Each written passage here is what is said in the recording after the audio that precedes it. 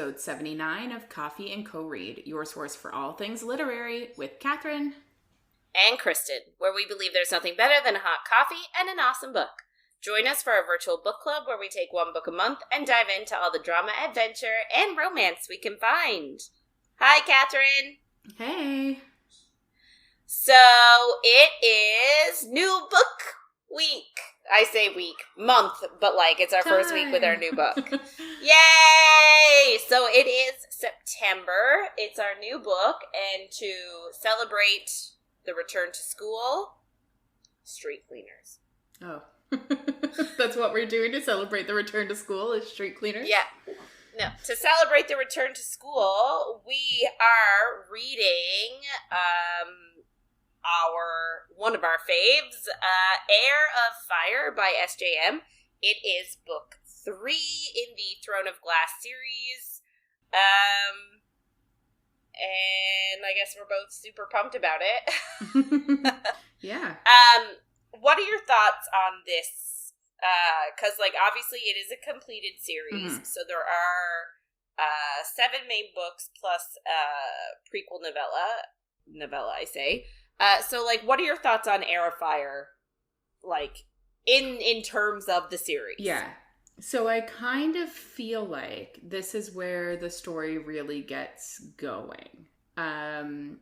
We meet a lot of characters in this book, and it kind of delves into different parts of, we meet some witches and we meet some fae, and there's more world building, there's more story.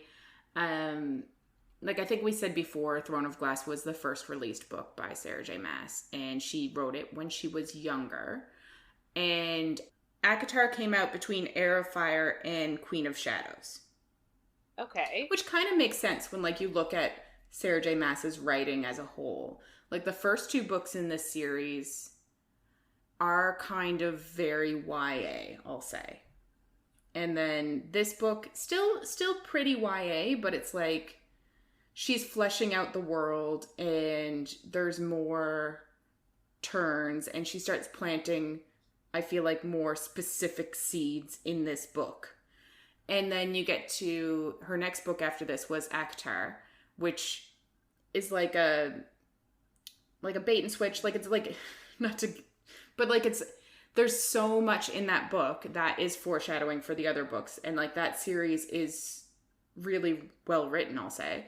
So I kind of feel this book is kind of when she started to really get into her writing style. Yeah.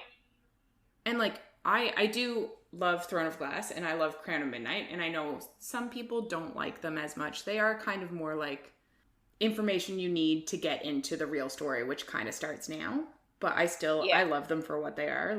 And I think it makes a difference which order you read things in. So I read Throne of Glass series before I read the ACOTAR series. And it is my favorite series. And I didn't dislike the first 2 books. And I also, we read them a while ago. Maybe even, I don't even think there was a second. Was Crown of Midnight out when we read Throne of Glass? But I just remember you told me I had to read Throne of Glass. I read it. And then there was nothing else. And it kind of felt like a completed book. It was a pretty much yes! Open shut, good book. YA. No complaints. I was actually not shocked, but I was surprised that it ended up being a series. Yeah. Because when I picked it up, I was I was expecting a standalone book. Yeah. And I remember I had to read it again when I went to read Crown of Midnight, because I was it had been so long between them, between the first read. So it must have been literally 11 years ago, really, 10, 11 years ago, that we first read Throne of Glass. But I just really enjoyed it. So reading Throne of Glass and Crown of Midnight now, there are some things I don't like because there's characters who change in the books and who I don't like now that I did like then. So that's kind of annoying. But I just really like her writing, and I was just a big fan of it. basically the whole time. Yeah. So, yeah. But yeah, I do think the story really gets going in this book. Yes. And I can see, like, if you don't like the main character, I can see not liking this series.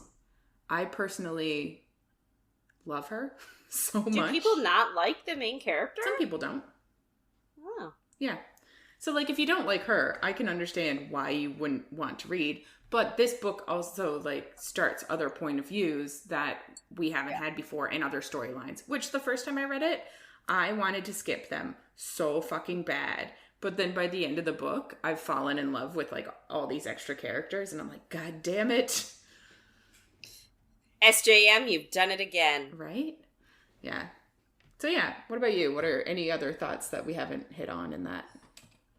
Yeah, I agree with you. Like, I see a lot of people online, like, if they're just diving into the series, I actually hear a lot of people struggle with Throne of Glass and Crown of Midnight, which I don't like. I sort of get struggling through Crown of Midnight, because we talked about it when we did the book, that, like, both of us were like, what even happens? Yeah. Like, it's a full book, and, like, I really only remember, like, 2 things. Still, and we just did it recently. Yeah, we didn't do it that long ago. So it was sort of a, like, what even happens in this book? Mm-hmm. Like, what? So, like, the advice that a lot of people give, me, myself included, make it to Heir of Fire. Yeah. Because that's when you really get into, like, what you think the story is in Throne of Glass. You would never, ever expect it to get where it gets. Yeah. And I love that. Yeah.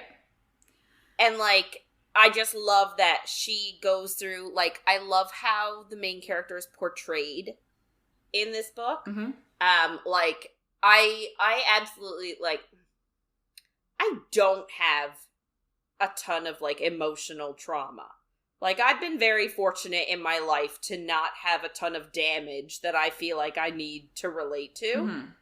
But I am obsessed with how SJM portrays trauma in her characters. Yeah. And, like, I can't even explain it, but it's the first writer, and maybe it's just what I've been writing, but, like, it's the first writer for me that, like, makes it okay to have trauma and makes it okay to feel, like, for me, when I first read it. Yeah. It was the first, she was, like, really the first one that was like, oh, like, people's trauma affect their daily lives even after they get their, like, happily ever after or whatever. Yeah. Like, people's trauma still affect them. And, like, I just really like how real she portrayed, like, people's, you know, experiences. And, like, reading her experiencing, like, and her experiences and reading about our main character in Heir of Fire, I honestly, like, it makes me want to rip my heart rips my heart out, because she is so broken and damaged. And, like, just to be able to read about her, like, experiencing those things, it just is, like, it was revolutionary to me at the time. Yeah. And I think part of it is, especially, like we said, we read this about 10, 11 years ago, the first book in the series. Yeah. But I think Sarah J Maas was one of the first female authors that I read that was writing about a, like, very complex female character. Like, we had read, you know, the Harry Potters, the Lord of the Rings, the, like, male fantasy leads in a book. Obviously, J.K. Rowling is a woman, but she still wrote, her main character was a man, so it was harder to relate to someone like Harry Potter. And, like, the other characters weren't as well-rounded. Because you weren't in their head. And like we even read, like, Twilight, but, like, and as, you know, but, you know, if that was, like, a fantasy-ish, you know, female lead, but, like, I still didn't feel as emotionally invested in Bella's, especially in New Moon, when she was, like, so damaged. But I do love that portrayal, too. Yes, I do, too. But, like, for some reason, it didn't make me feel the same things that... No. That this book does. Yeah, I get that. But I did like that portrayal of mental health issues, of pain, of that kind of stuff. It just wasn't as... It was very juvenile, I'll say. Yeah. Which is, like, and, fair. I mean, that's she's a teenager. The point. Yeah. Whereas this one, like, the trauma is a lot deeper, I'll say. And yeah. It's not just because her boyfriend left her. Yeah. Fuck. Yeah. Yeah. I think we weren't as exposed to female authors who wrote complex characters and complex fantasy settings. Because, like, a lot of books we had read were either male writers or, like, straight romance books, which are great. And we obviously have no problem with romance books. But it is generally, like, one not too long book and everything's tied up in a bow by the end. So there isn't a whole lot of room for emotional trauma or that kind of stuff. Yeah. In it. Obviously, there are romance authors who do that stuff and do it well. But this was one of the first times that, like, I had read something like this as well. Well, like, I feel like a lot of times the emotional trauma aspect is like, oh, something bad happened to me. So, like, they portray their, like, oh, their rough exterior because something bad happened. So now I'm, like, mad all the time and I'm misunderstood. Mm-hmm. But then they meet that one person and they literally have one cathartic moment where they're like, like, one moment where they're upset. And then it's like, oh, I'm all better now. Yeah. And it's like, that's not realistic. Yeah. In terms of healing. Yeah. You know what I mean? And I think that this book in particular does a really good job portraying the ups and downs mm-hmm. of, you know, that sort of thing. Yeah. And, like, obviously it's because it's a series, there's a lot of books in it. Like, obviously there's more time with the characters. And these books are longer books, and they do get longer as the series goes on. So, like, she does have more space to go into her characters. But, yeah, it was definitely one of the first portrayals of female mental health issues that I saw in books. I do want to say, I think part of the reason that people do struggle with this series too, especially now that Sarah J Maas has started writing adult fantasy and adult themes in her books, is like, this is very different than Silver Flames. Like, and it's very different than Crescent City. I completely understand where if Crescent City is your start, you can get through the first ACOTAR book and get to the good parts of that series very quickly. If you read Crescent City and then you go to Throne of Glass, you're going to be like, this isn't what I signed up for. Especially if you're, like, a straight romance reader or a straight, like, adult or new adult book reader. Like, I do understand. But if you can get into Sarah J Maas through Throne of Glass, then you're probably better off. Yeah. You'll probably enjoy it more. Do you know what? This is probably one of the series that I wish I could read for the first time again. Yeah. I agree. Not gonna happen, but I wish it Well, you never know. You might get amnesia. Yeah, that's the word. I was like, insomnia. I was like, that is not correct. Do not say that. Yeah. Yeah, it's true. Yeah. Oh my.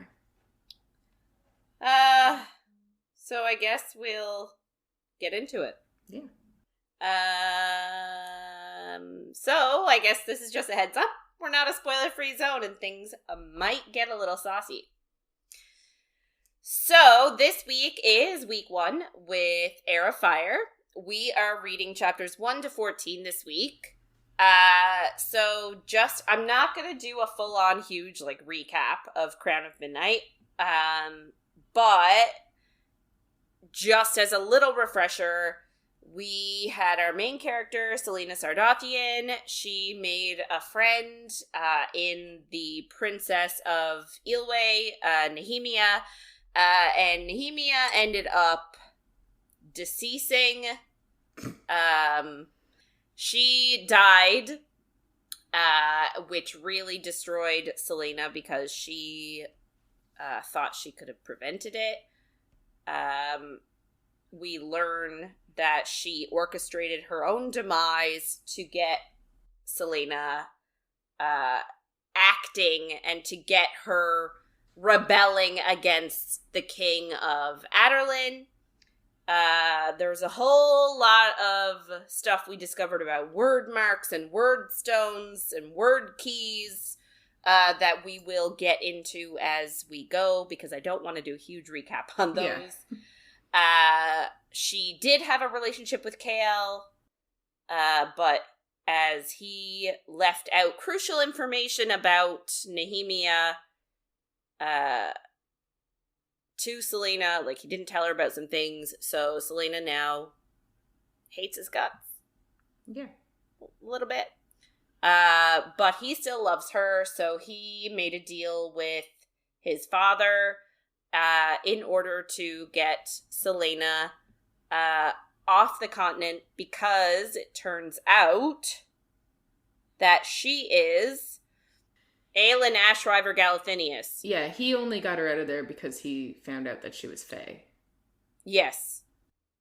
But he found out that she is also Aelin Ashriver Galathinius, the heir of the Terrasen throne, and really the best chance of going up against the king of Adarlan. Yeah. So he sent her away, then she told him a date, and he went back and figured it out. Who she was. Yeah, so he sent her to Wendelin, which is a kingdom across the sea that the king of Adarlan wanted to conquer, but hasn't been able to because of their defenses. So he orchestrated it with the king to send her there to assassinate the royal family. Obviously, Chaol just wants her to, like, run away. So. Which is, like, it's not a great plan, Chaol. You didn't really think this through. He didn't really talk to her about it first. No, not at all. Like, and he also saw her kill somebody that was on the king's list and then, like, lost his noodle because she's so violent. And you're like, she's an assassin. Why are you surprised that she's killed somebody? Yeah. But yeah. Anyway, so yeah, that's my recap. I know for a fact I'm missing some things, but, like, hopefully you've read the book if you're here. Yeah.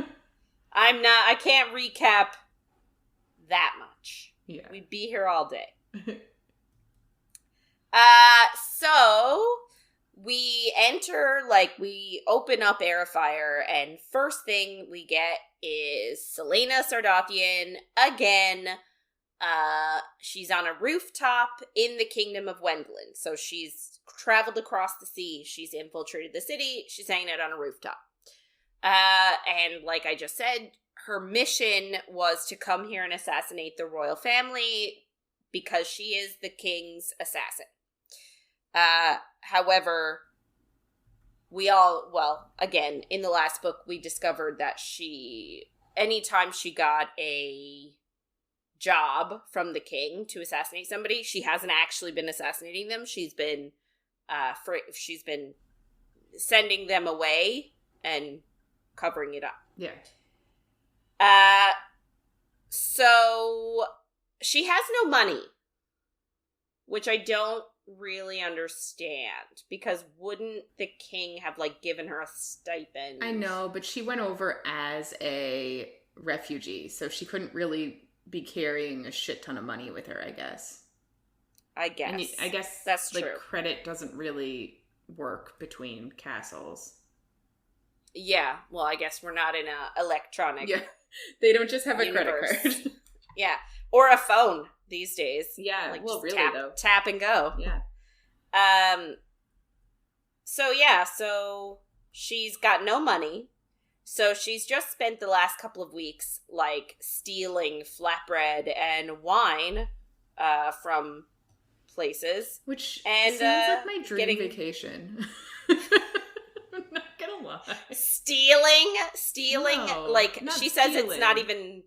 She says it's not even good flatbread. Like, it's gross flatbread. And it's, like, it's piss-warm wine. Yeah. Flatbread and You're wine so okay with vacation. Sitting on a rooftop. I'm here for it. Anyway, and she's just been getting drunk on the rooftops, like, for the past couple weeks. So she is really doing a great job here. So she, like, sort of decided, like, she doesn't really care about her mission. She's not even trying to, like, assassinate the royal family, which is good because she probably shouldn't. Yeah, because if she does, then the king is only going to take over more and more and more and more. Yeah. So, like, she's super depressed right now, still, over Nehemia's death.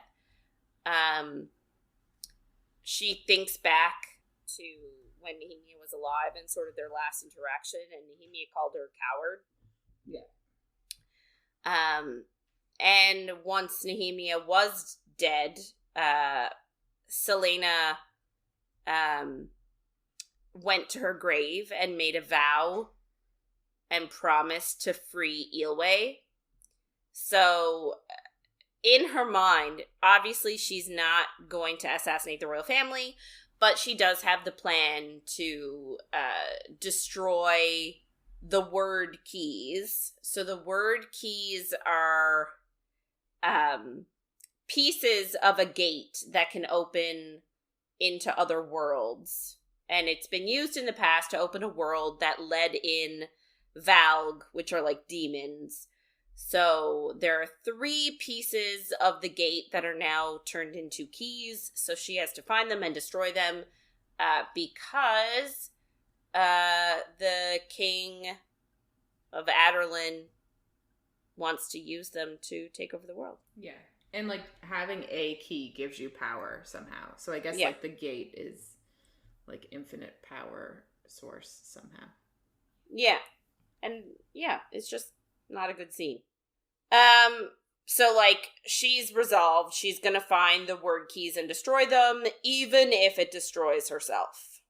So that's... good. Yeah. Which is unfortunate for her. So, her idea, in order to, like, figure, like, to start her plan in motion, she's going to look for Maeve. Maeve is the queen of the Fae, and she's, like, ancient. She's super old. So she was there when the word keys were used before. Yeah. So she might have information that Celaena can use in her quest. So she's gonna try and find Maeve. Well, she's not actively doing much, but that's like... No, not right now. General plan. Yeah. That's where that's her eventual plan of attack, but right now she's just hanging out. So, like, she thinks next about how, like, she has nothing left inside of her. Like, she is, at this point, fundamentally broken, is the only way I can describe it. And she thinks the same thing. Like, she says she has nothing left in her except for ash and this, like, never-ending abyss and her unbreakable vow to Nehemia. Like, that's all that's there. Mm-hmm. And she's also, like, super stressed because when she got this assignment, the king told her if she doesn't do it, he's going to kill Nehemia's family or Chaol. Mm-hmm. Which is why it's like... Or Chaol. Chaol? It's like Chaol, the Chaol thing. Yeah. But that's also why you're like, if he had just had a conversation with her beforehand, he would have realized that she's doing this so that he doesn't die. But he's just doing what he thinks is best because he's a man. Yeah. Agreed. But yeah, so she's also got that on her mind because, like, she hasn't assassinated anybody, and, like, she's a continent away, so she's, I want to say, safe for the moment, but, like, obviously, if a royal family gets assassinated, that's gonna cause news. Mm-hmm. So she has to stress not only about, like, well, her actual plan, but then she has to think constantly of, like, well, the longer I go without killing the royal family in Wendlin, Mm-hmm. the more likely it is that the King of Adarlan will kill somebody I care about. Yeah. And this book I find kind of interesting because, like, she's given a certain amount of time to kill them. Yeah. And I'm like, this book takes forever. But she is not late at any point. So, like, she was given a very long time to do this job. Yeah. She must have been given a long time. Yeah. Like, a few months. Yeah, that's what I mean. Because, like, this whole book, like, she, not to spoil too much, but, like, she doesn't end up being late killing them if she were to kill them. You know what I'm trying to say? Yes. Yeah. I don't know why she had to go immediately if she was given this much time. Because the king told her and he was like, and you're leaving tomorrow. Right. I think it was more so to get her away from Dorian, but it's a long time. Yeah. Anyway, so she says that, like, Wendlin is a very different place to Adarlan. Like, people are friendly. Like, people are trustworthy. Like, she says, like, the guards go around and, like, they smile at people and, like, you know, other people smile at each other. Like, there's not this, like, underlying distrust amongst everybody, which is a really different, like, I guess, vibe. Yeah. Right? Because in Adarlan, like, everyone's just waiting to betray each other's. You know, like, if you're doing something illegal, like, you run and tell. Yeah. So she did say, though, that, like, obviously it's a capital city that she's in, so there's obviously going to be a little bit of a seedy underbelly. So she found it, and she's been fighting, and I think that's how she's been, like, making her money to, like, even though she's broke, I think that's how she's been, like, surviving. Yeah. She's been, like, fighting and betting on herself and, like, winning fights and card games and all this kind of stuff. She also thinks, like, this is just a running, like, inner commentary. Like, again, we said she's in a super dark place.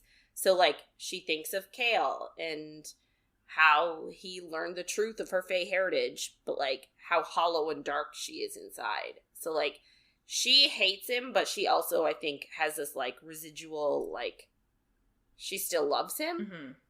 But, like, I don't know, it's so hard to explain her, like, inner dialogue.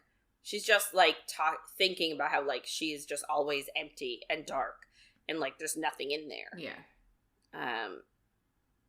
Anyway, so she watches the guards make their rounds, and I think she actually, like, maybe said that if she had wanted to, she could have snuck into the castle in, like, the first week and, like, did the job. But obviously she doesn't want to, so she's not going to. But, like, she said that she liked the guards because they were good. Like, they didn't take threats or bribes. Like, they didn't threaten anybody. And it's just, like, a nice place. Mm-hmm. And she also said that the crown prince of Wendlin was also, he's a good guy. So his name is Galen Ashriver. So her last name is also Ashriver. So they're like cousins of some sort. So her original plan when she got to the capital, so the capital's called Varese. No idea. Varese. So her original plan is to find Maeve and ask about the keys. But she still has to, like, look like she's doing her job because she's worried that, like, the king has spies. Yeah, which is fair. Yeah, 100% fair. But, so she has to look like she's looking for a way into the palace, which is why she's still in the capital city, like, on the rooftops. Mm-hmm.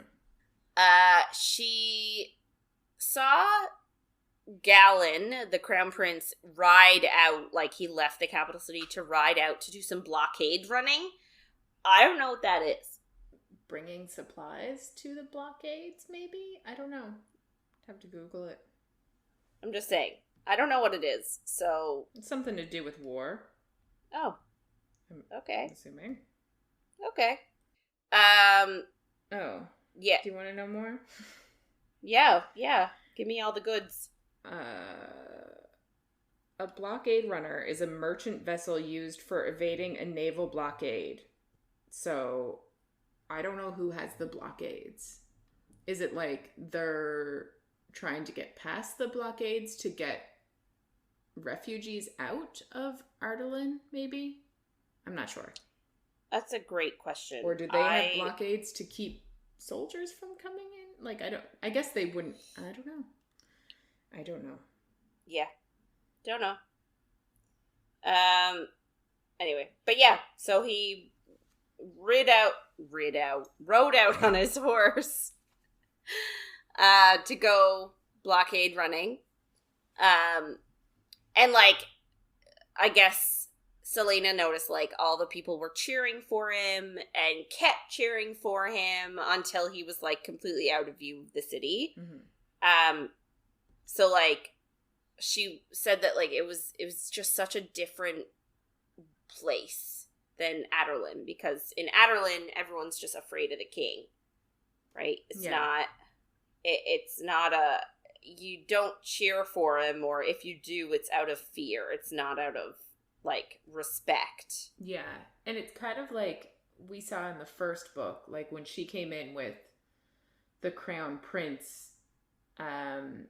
when he brought her to the castle, people weren't looking at Dorian, like, with adoration. They were looking at him like, he's got a reputation, I want to fuck him. Yeah. So it's different. Yeah. Anyway, so she's super unnerved, too, because she got close enough to him to see his face, and they have the same eyes. So this is a running theme through the series, that Ashrivers all have these, like, turquoise blue, like, really very obvious eyes. Yeah, and I think it came up the last book when it's the reason why Chaol was like, oh, she must be this person.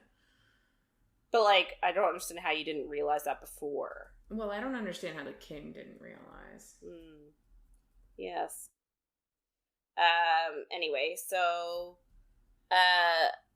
like, she said that, like, seeing how much everyone loved him made her find, like, the nearest, they call them tabernas. I'm assuming they're kind of like an underground tavern sort of thing. And she got into the most brutal fight of her life. Yikes. Yeah. And it caused her to realize that, like, there's no point to any of her plans. Like, any of them. Like, her plan with the word keys and freeing Eelway, like, any plan to make it look like she's going to assassinate the crown prince, like, nothing had any point to it, because she thought that, like, it was leaders like Nehemia and Galen, or Galan, I don't know how his name is pronounced. I'm going to say Galen. Yeah.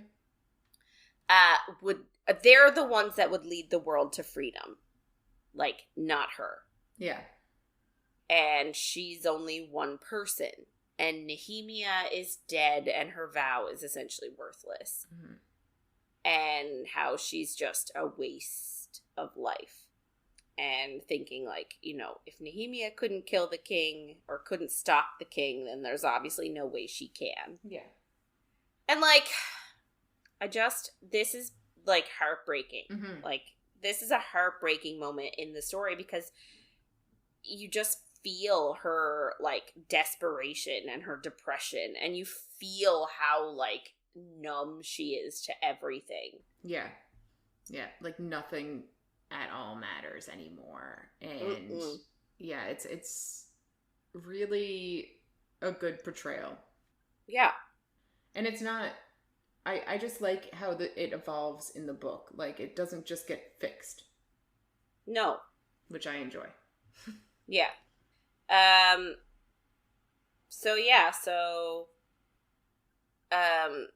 She purposefully avoids the stalls that sells, like, healing potions and magic-y things because Wendlyn, like, I don't know if they have full-on magic in Wendlyn. I think so.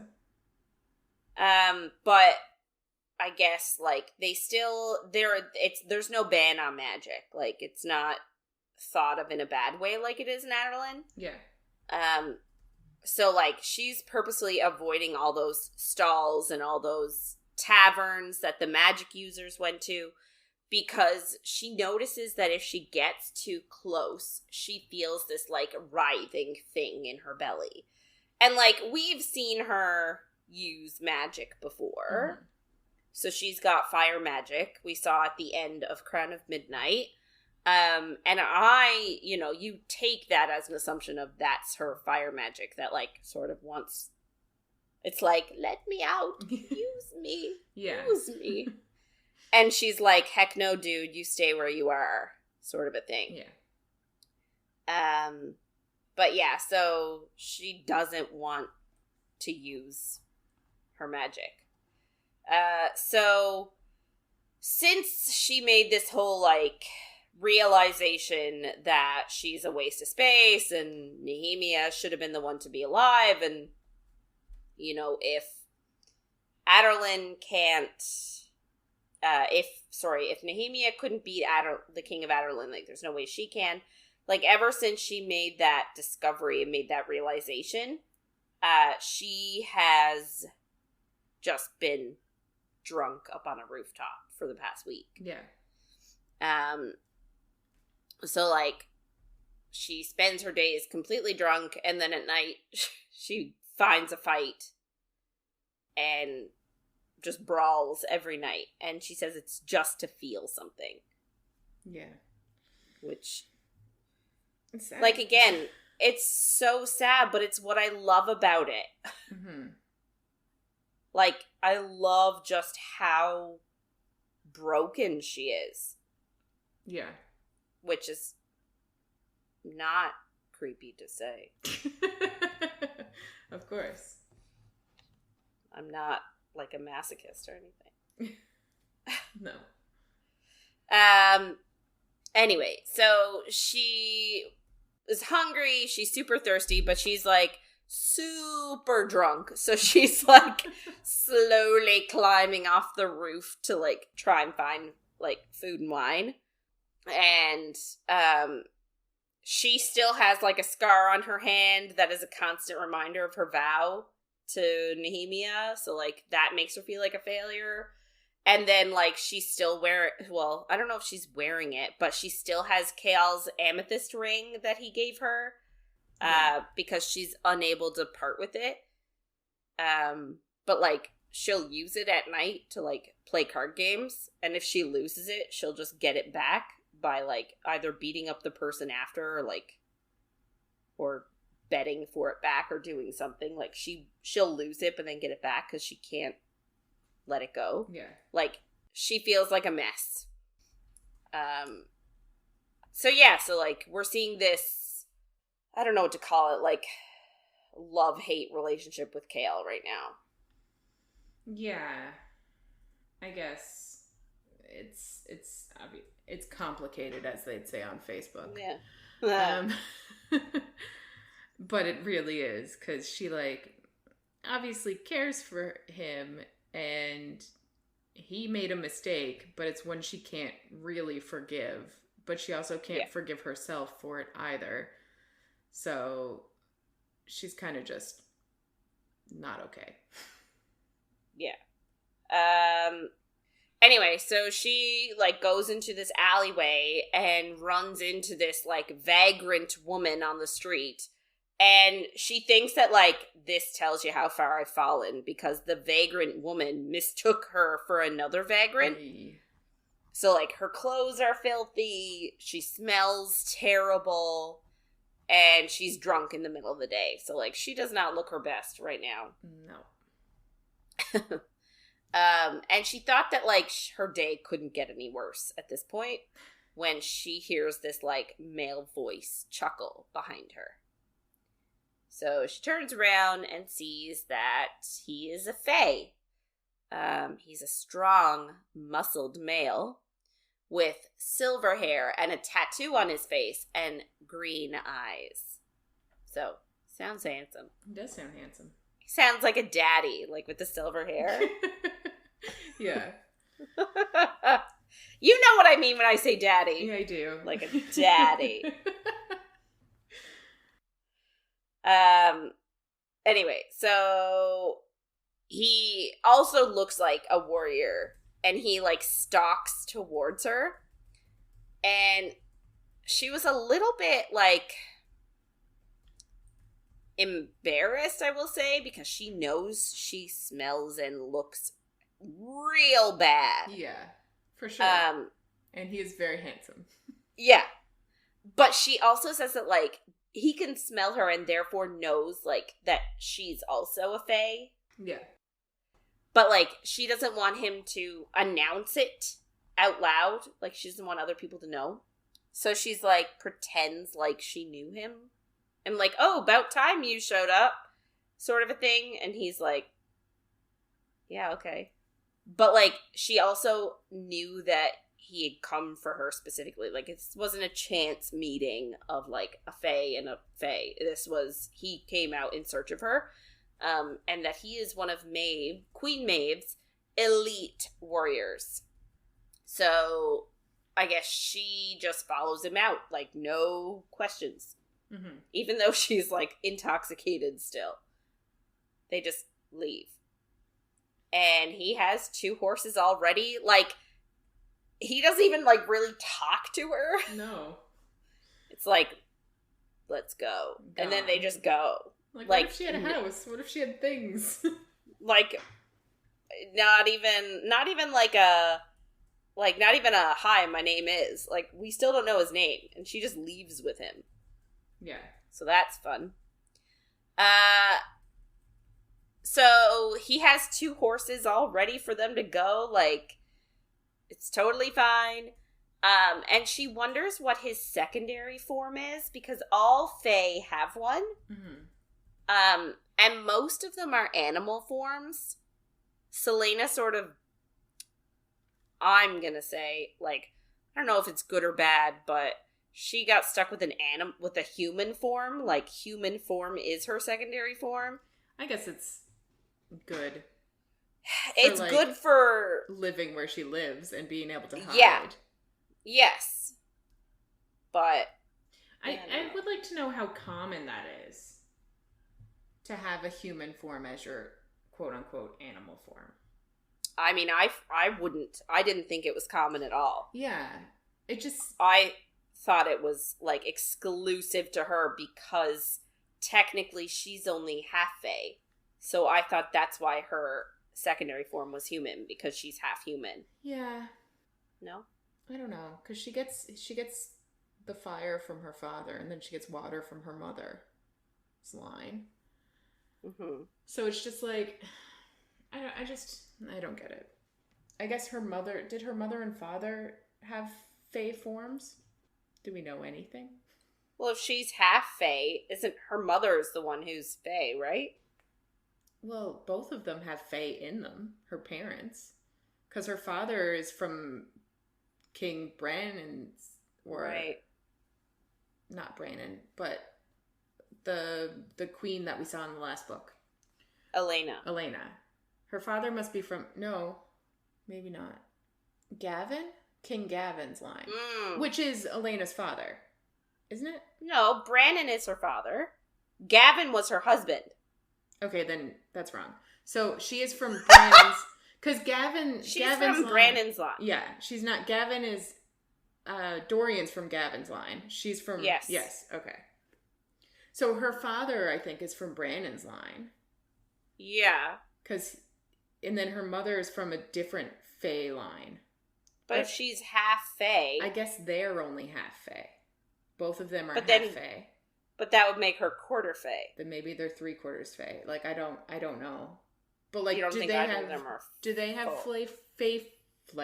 Do they have Fae forms, or are they like? I don't know. I don't think it was ever mentioned. Because like, if you're more than, I don't know. Maybe her mother was full on Fae and her father was half Fae or something. Like, I don't understand. I also don't think it's normal for a half Fae to have a form. No, they secondary kind of form. Have that conversation with people this week. She does. Yeah. Like, most half Fae are, like, lucky to have the ears. Yeah. Right? And they have very minor magic. Yeah. So, anyway.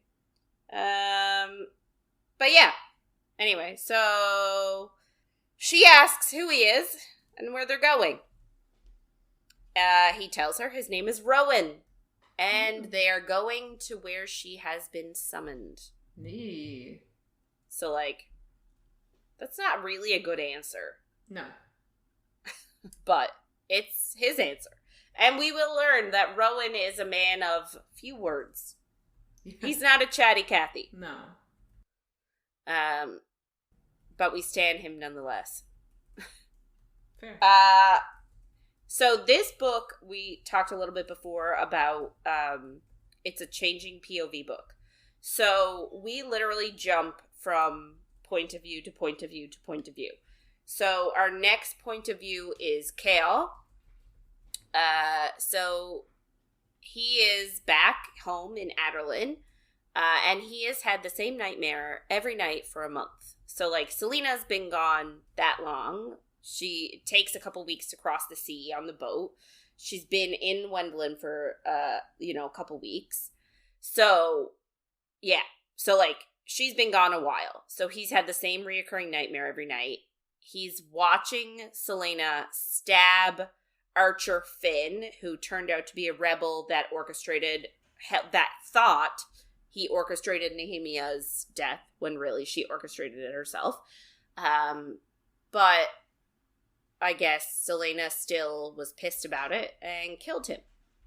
Yeah, but he knew her secret too. Like, he was... Yeah. He was very sketch. Like, yeah. He was like, we can do this together. Yeah. Yeah. It was not good. Yeah. Anyway, so, but like, Chaol seen her kill Archer Finn, but in the nightmare, Archer's face shifts into Dorian's face, and he can't do anything to stop it. He just has to watch Dorian die. And then it shifts again, and she's on top of him. And I'm like, is this in a, like, sexy way? Or is it in a, I'm about to stab you way? Or like the time, maybe it's like the time that she scratched his face. Yeah. Way. But, like, he probably finds it hot. Yeah, he thinks, though, that she is his enemy, his lover, and she is the queen. So, like, this is the thing, is, like, he has this reoccurring, it's another reason, actually, why he wanted to get her, well, no. It's after the fact he realized, like, she was a terrible person to have around, because technically she is the sworn enemy of Aderlin, because, she is the rightful queen of Terrasen.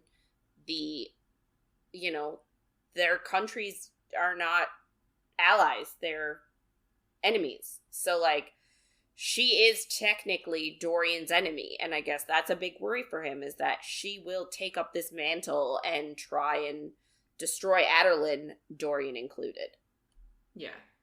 And, like, the reason he even cares about his job as Dorian, like, that is his only goal in life, is to keep Dorian safe. Like, he's already kind of iffy about the king. He still obviously listens to him and stuff, but he's starting to kind of question that. Yeah. But, like, does he not know her at all? Like, I know that it's shocking for him to, like, to know these things about her that, you know, like, learning who she is, learning her heritage and all this stuff. But, like, does he actually think that she would do anything to hurt Dorian? Like, he knows her and he, quote unquote, loves her and, like, wanted to build a family with her and get married with her. Run away and with yet, her. Yeah, and now he thinks that she's gonna kill his BFF? Like, I think it's the Fae part. Like, he really, I guess, also has been conditioned that anybody with magic, anybody Fae, is bad. You know what I mean? Like, it's very much, like, what I guess he was taught, but also ingrained in him in general, and it's not great. Yeah. Anyway, so, he's having dinner at this point with Dorian, and he said that their relationship is strained. So, like, Dorian doesn't trust him anymore because he orchestrated Celaena out of Adarlan, and obviously, Chaol didn't tell Dorian why, which is a problem. Yeah. But, like, I mean, Dorian was there, you know. But he didn't see her. He didn't, I know, but, like, it bothers me that he won't just they're tell best him. friends and he won't just tell him. Oh, 100%. That's, like, so dumb. Also, he needs to not tell him for plot reasons, or the next book would be more screwed. But it just doesn't make sense. If you're friends and you're afraid for him, maybe you should tell him who this person is. Like, if he's learned nothing, like, the whole reason Celaena is so pissed off at him about Nehemia is because he learned there was a threat on Nehemia's life and decided not to tell Celaena. So, like, problem. Yeah. Anyway, so, like, obviously he says he can't tell Dorian about why he had her leave. He couldn't tell him that she was truly his enemy, Aelin Ashriver Galathinius, the rightful queen of Terrasen. And he also knows that, like, the type of future he imagined for them was gone. And all I can think of is, because she's really going to be a marriage and baby at 17 type of person. Yeah. That's what he wanted. Like, he already saw them getting married and having kids. And it's like, dude, she's literally been out of captivity for, like, 6 months. Like, she was a slave for a year. Yeah. Like, and she was an assassin before that. Yeah. Like, give her a chance to breathe. Nope. But he just wants to strap a ring on her, put a baby in her belly, and that's it. No, thank you. No, thank you. Anyway. He was hoping that she could piece herself back together in Wendelin. Which is just unfortunate. I don't like the way he says that. Piece herself back together. And, like, I know I've been saying that she's so broken, but, like, it's not about piecing yourself back together. She's never going to be the same person, so you can't put yourself back together to be the same. No, but it's also, like, that's not why he sent her away. Like, maybe he's trying to tell him that himself. Maybe he's trying to tell himself that now.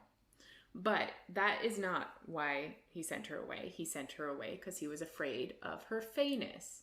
And the only reason she is broken is because of something that he helped orchestrate by not telling her.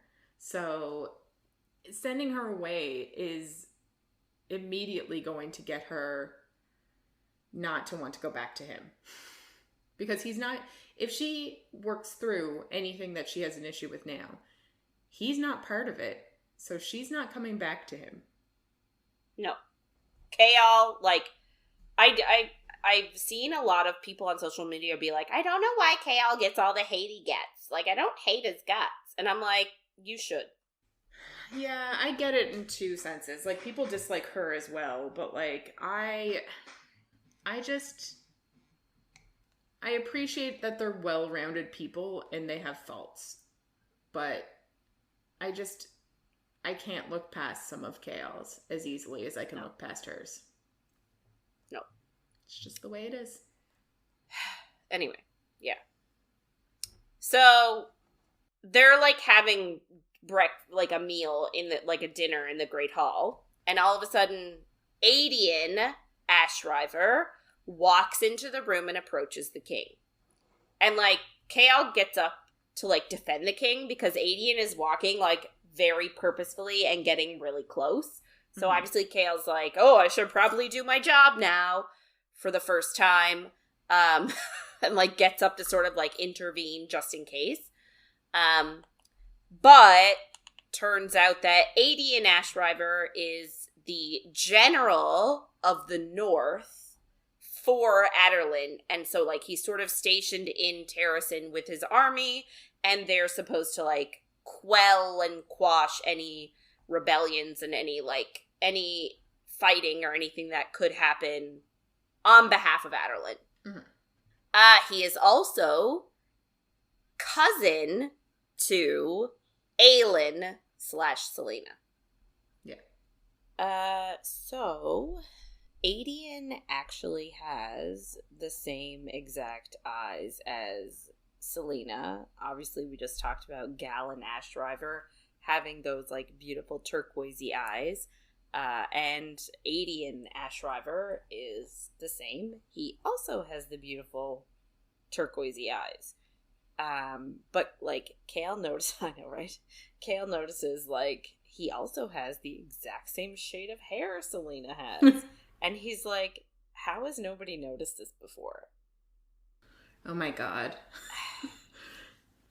Like, not to get into a spoiler, but maybe skip ahead 30 seconds.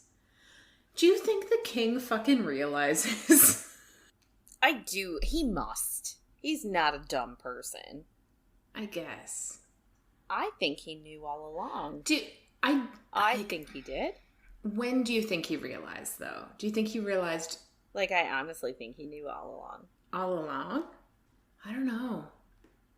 I'm still up in the air. Like, he obviously had... It's hard without getting too spoily.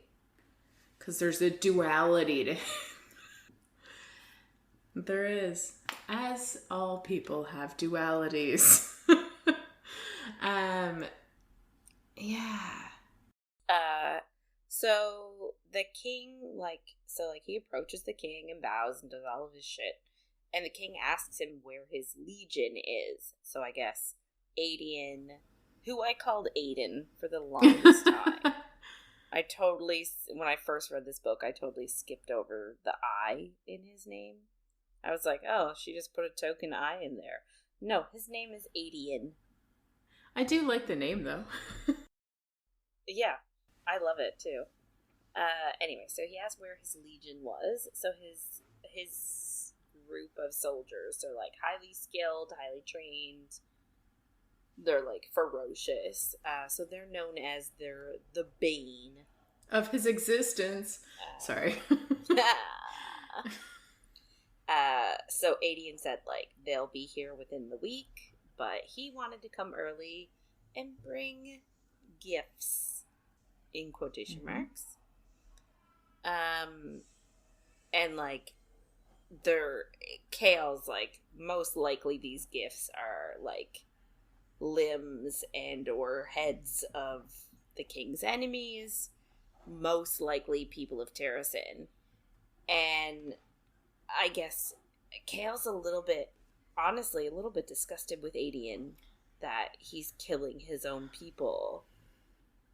And this is just, like, hypocrisy. One of the things that well, yeah, but it also, like, it's one of the things that exasperates me about Chaol, because it's like, dude, like, grow the fuck up.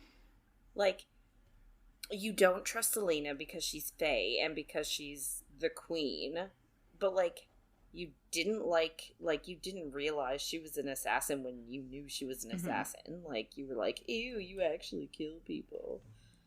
And now he's like, oh my god, this guy is, like, killing his own people. But, like, what the fuck did you expect him to do? If he didn't comply, he would have been murdered as a child. Like, he's been conditioned into this life the same way Chaol has. You know, this is another reason why I dislike Chaol. And I don't understand why people find him endearing. Yeah. He has way too many friggin' biases and, like, he's just dumb. That's fair. Yeah. I do appreciate that people can change their ways once they're born into a certain viewpoint. Like, I appreciate that idea as a concept. But the things that he says do make me want to smash my face on a table, because I'm like, how do you not realize, like, you're working for a dictator who is a piece of shit, and now you're going to judge this person who is just trying to be alive for turning on his people because, like, oh, those people were your enemy all along, so it's okay for you to fight them? Like, I hate it. Yeah. Yeah. Anyway, Chaol, he thinks to himself that he's, like, really surprised that the king, like, took him in and made him a general as a child. Like, when he was, like that he didn't kill him, which I also find really surprising. Same. He was, like, he's only a few years older than Aelin, so he was in his, like, teens, I guess? He was, like, 11 or 12. Like, very young. But, like, I guess, but that didn't stop them. Like, they killed a whole bunch of royal children. Yes. No, that's not what I'm saying. Like, I kind of feel like he is not in line for the crown. No. Like, at all. So I feel like they were just like, it doesn't matter as much. We don't have to kill him. And now they can use him as a symbol of, like, fuck you. Yeah. Look at what we did to your, like... to your boy. Your boy. Oh, but it's so cute because it's like your boy, like your baby boy, but then it's like your boy. Yeah. Yes, exactly. I liked it. When I was saying it in my head, I was thinking your boy. But yeah, like, technically, Aedion is a prince of Terrasen. Like, his title is Prince Aedion Ashriver. Yeah. So Chaol's sort of like, it's like the fuck, why would the king do that? Mm-hmm. But Chaol notices that Aedion is wearing a black obsidian ring, and he realizes that the way that the king controls, like, his inner circle, like Parrington and Dorian's crappy cousin. Remember that guy? The only name stuck in my head is Waylon, and I know it's not. I know it's not Wylan. No, from our last book, but I'm like. But, like, you know, the crappy cousin who was a dick. Is it R? Doesn't matter. Roland. Oh, Roland. Yes. So, you know, the way that the king has leashes on these guys. So he's like, oh, that's why he lets Aedion have his little bit of sass and his little bit of talk backiness, because, like, when it comes down to it, whatever the king says, Aedion's gonna do anyway. Yeah. So the king dismisses him, and Aedion, like, makes his rounds and visits. Like, he's not often in the capital. And apparently he's, like, a real big womanizer. And yeah. So apparently, like, Dorian met him when he was a child, because Dorian actually went to Terrasen a few days before Celaena / Aelin's family was slaughtered. And we will actually get that scene And it's hilarious. Not the slaughtering. That part's not funny. But Dorian being, like, in the presence of Aelin and Adian. It's really fun. And it's indicative of their relationship going forward. So I guess Chaol said he thought that he was glad that Celaena wasn't there to see what Adian had become, and that, like, he had turned on his own people, which we already talked about, but, like, I just want to say again how unfair that is of him to say. But it's also completely ignoring that Celaena is in the exact same position that Adian's in. Like, she doesn't have a ring on her finger. Although, like, why didn't the king give her a ring? That seems iffy. But, like, she is doing the same thing he's doing. Like, down to the T, we'll learn next week. But, like, they're both working for the enemy. So why would either of them have anything against the other? Like, Celaena worked for years as an assassin and killed many people. Like, but I guess, like, in her defense, she wasn't working for the king all those years. She was working for a private contractor. So, like, nationality didn't matter. She actually probably killed more people from Aderlin. Yes. Than anywhere else, because that's where she was based. Yeah, and her big thing was she wouldn't kill children or anyone from Terrasen. So, like, I'm sure she actually did better then. But it's still, neither one of them is, like, innocent or a perfect person, or, like, I just don't think it's Chaol's place to decide. And so I know you feel the same way. But Chaol being, like, the moral scale of anybody. It's fucking ridiculous. Like, I'm glad she's not here to see this. She'd be happy that he's fucking alive. Like, I'm sure she's heard of the shit he's doing, but she's like, he has to do it to survive, but I'm a piece of shit, is what she's probably thinking in her own head. Yeah. Ugh. So hard. Yeah, and, like, he's just so fucking naive. Yeah. Well, like, he needs to get over himself and realize that people do hard things when they're faced with tough choices. Yes. Which he and people do. In his defense. Stop. In future books, he does hard things when he's faced with them. Good. Yeah.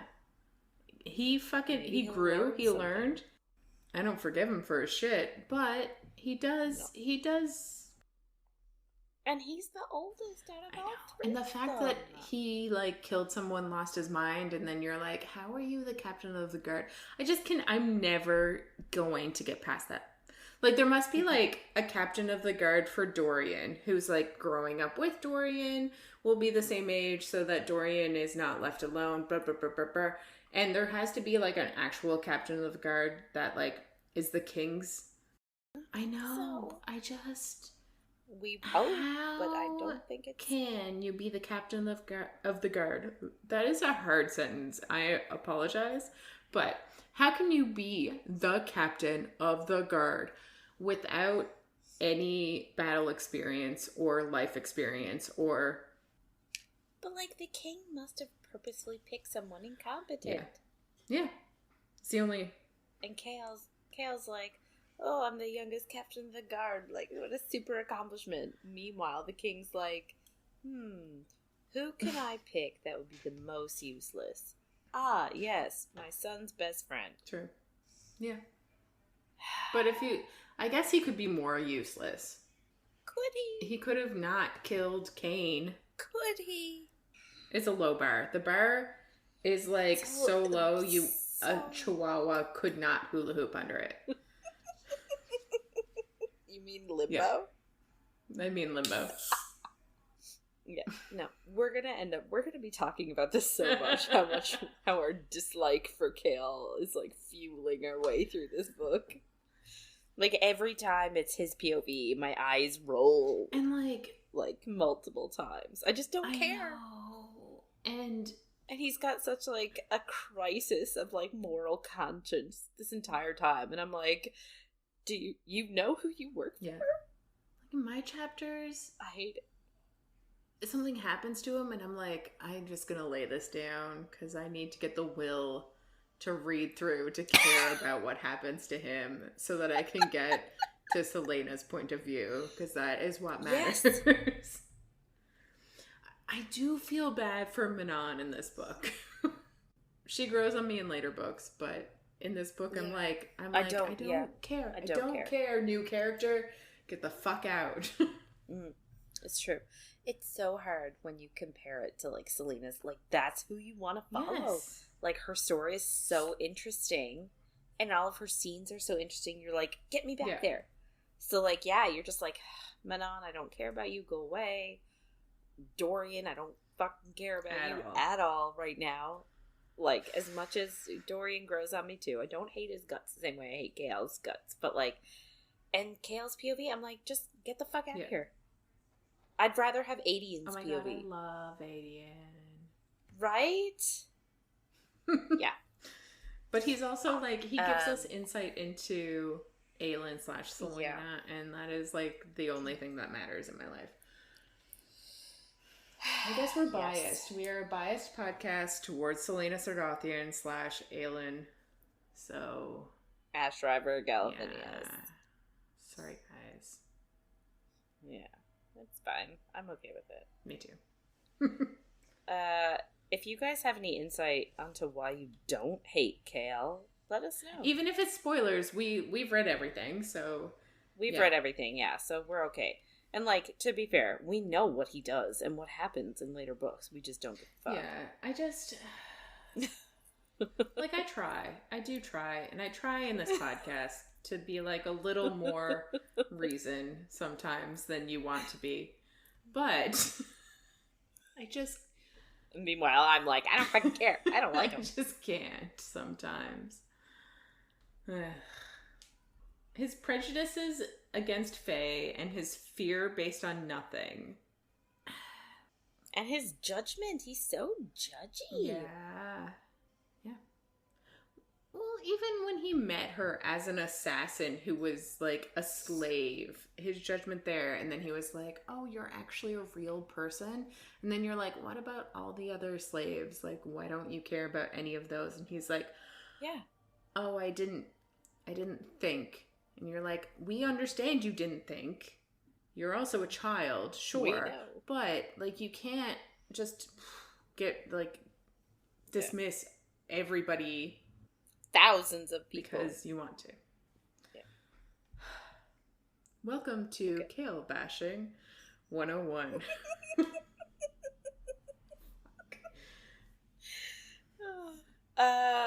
Anyway, so Adian approaches Dorian and Chaol, because again, they're sitting together in the hall eating, and he notices that, like, Celaena and Adian, like, approach the, like, they, like, have the same sort of, like, arrogance and swagger, which is hilarious. I love it. I know, me too.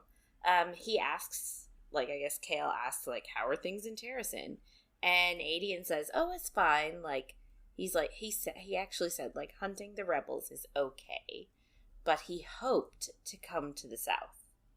So I guess that's where they are. Like, he's been wanting to come south.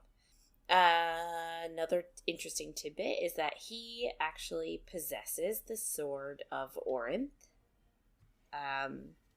So the Sword of Orinth is a Terrasen heirloom passed from ruler to ruler. So technically it belongs to Celaena. But the king of Adarlan actually gave it to him after his first victory. Like, gave it to Adian. And I guess Chaol sort of, like, looks at it or notices it or does something because he tells Chaol that symbols have power.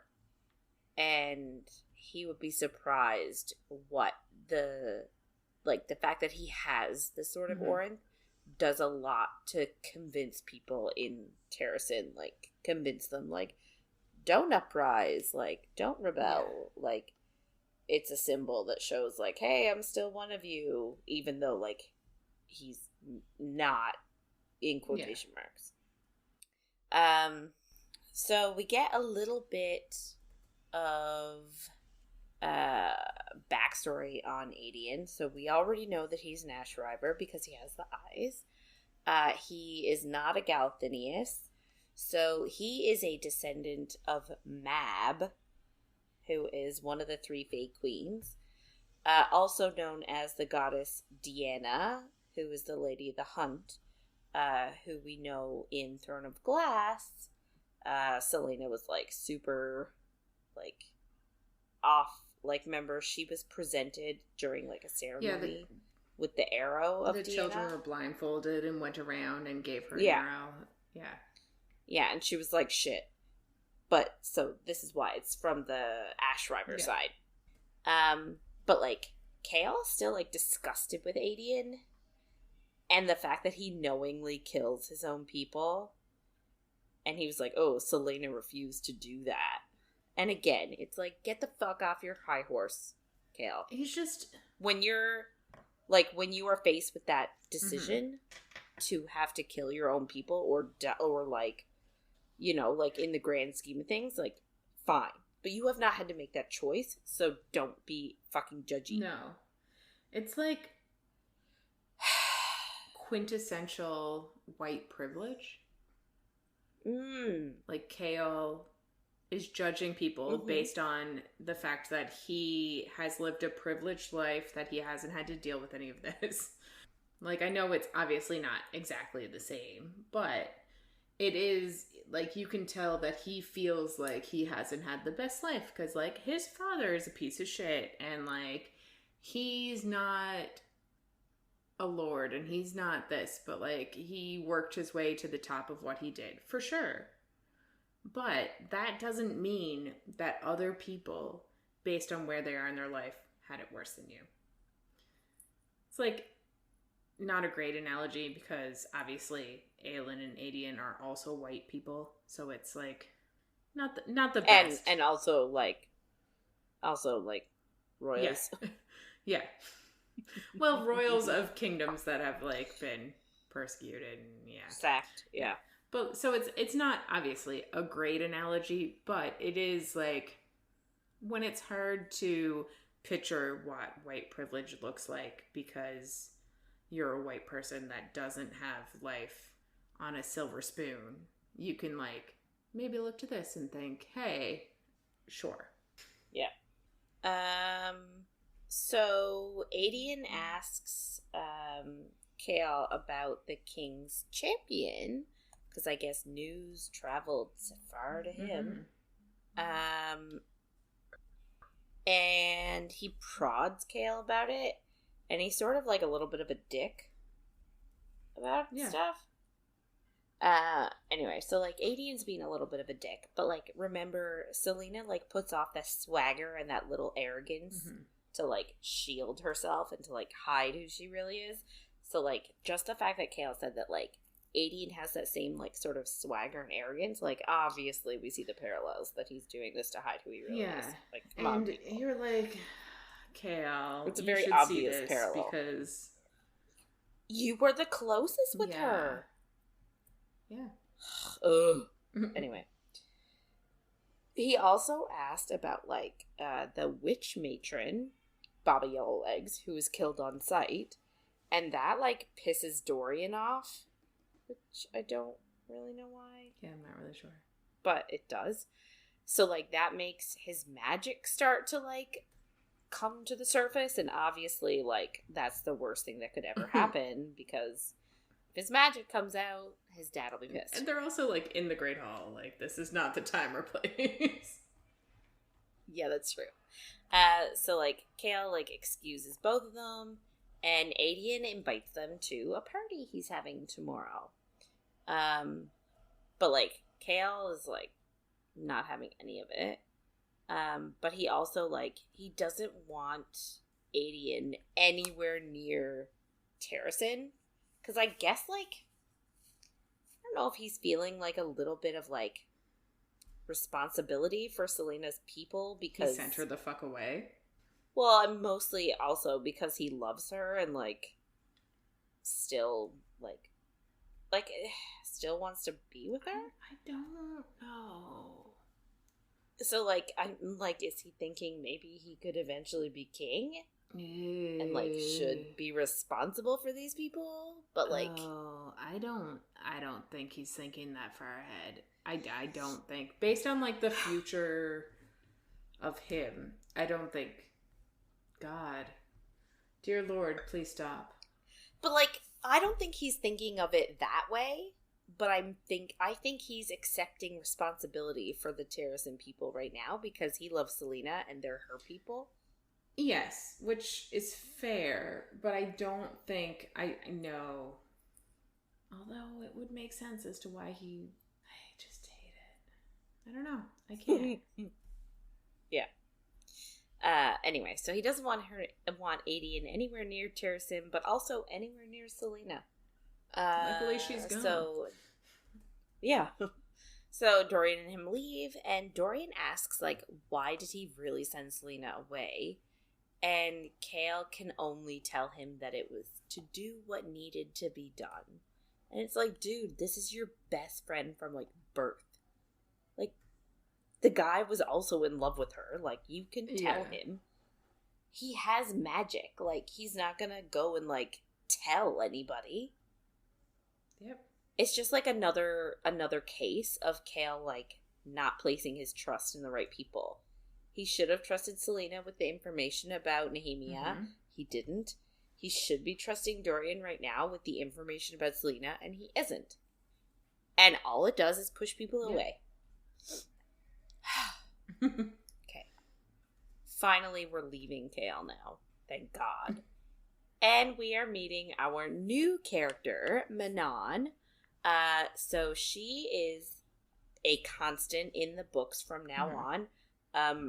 POVs constantly changing to her until we get a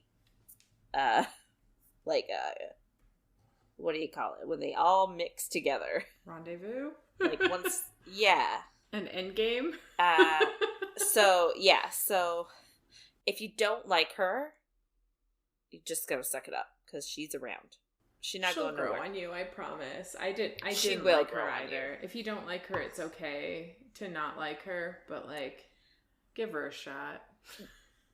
This was actually like all the stuff she does. This is probably one of my favorite books. Like her sort of like origin story, we'll say. I just didn't care because all I cared about. Yeah. Yes, but when you like think back on Manon's story, there are a few things that are like really key and stick out in your head. To me, this is, this book, what she does in this book is like peak Manon. Yeah, I get that. So, she is sitting on a roof. And I just like, what is it with people sitting on roofs? Like, is this meant to be a parallel to Celaena sitting on a roof? Like, is this on purpose? I don't know. Right? But interesting. Like, I have not sat on that many roofs. I haven't either. I wish. I sat on one. I like the like romantic idea of it, but yeah. Anyway, so she sees 3 men break into her cottage after they hear that a Crochan witch has come to live in that cottage. And they say that people are afraid of her. Like, these men are saying, people are afraid of you. We just want to talk. But, like, she's a witch. She can smell the bloodlust they have. She knows that they're lying and they're here to, like, beat her up, kill her, do away with her. So, long story short, she gets off the roof. She sneaks up behind one of them, whispers in his ear, wrong kind of witch.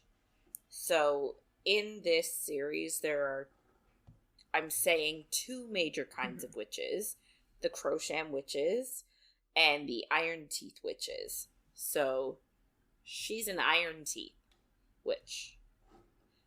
So she locks him in the room with her, and her iron teeth push from her gums and her iron claws descend, which I feel like saves a lot of money on manicures. True. Yeah. Right? It's like Wolverine. Yeah, I love it.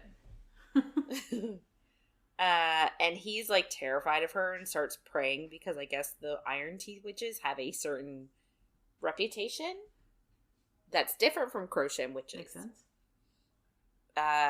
So she just rips out his throat. And then she like killed the other two men. She chased the last one, and it like talks about how much she enjoys the hunt. Mm-hmm. So her name is Manon Blackbeak. She is the heir to the Blackbeak witch clan. And like we already met Baba Yellowlegs, so she was the matron of the Yellowlegs witch clan. So, and then there's also is the Blue Bloods is the last one. Yeah. But we don't know that yet. Anyway. So she thinks to herself that she's been not hiding in this cottage, but she's been in the cottage sort of pretending to be a crochet witch, hoping to flush out other crochet witches.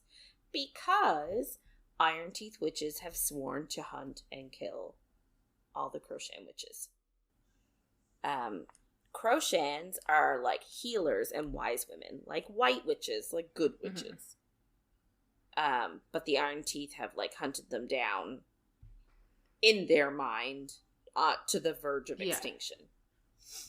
And she actually is wearing the like what identifies a crochet witch is their red cloak, like their full on Little Red Riding Hood.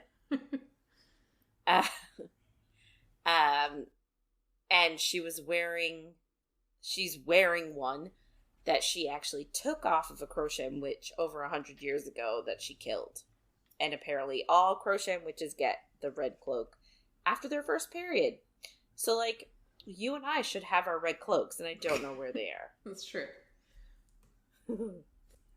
So she says that she's actually been stationed in Fenharrow for 6 months, while the rest of her coven were spread around the countries of Melisande and Ilway, doing the same thing as she is, hunting crochans.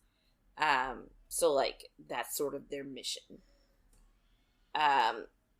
And so, as she is killing the third man, she thinks about how she hasn't found any crochet witches at all.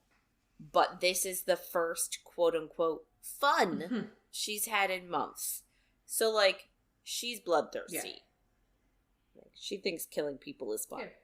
I couldn't be an Ironteeth witch. Because you don't want to kill people? Yeah. Okay. That's fair. I don't think that'd be fun for me. Yeah, that's fair. So...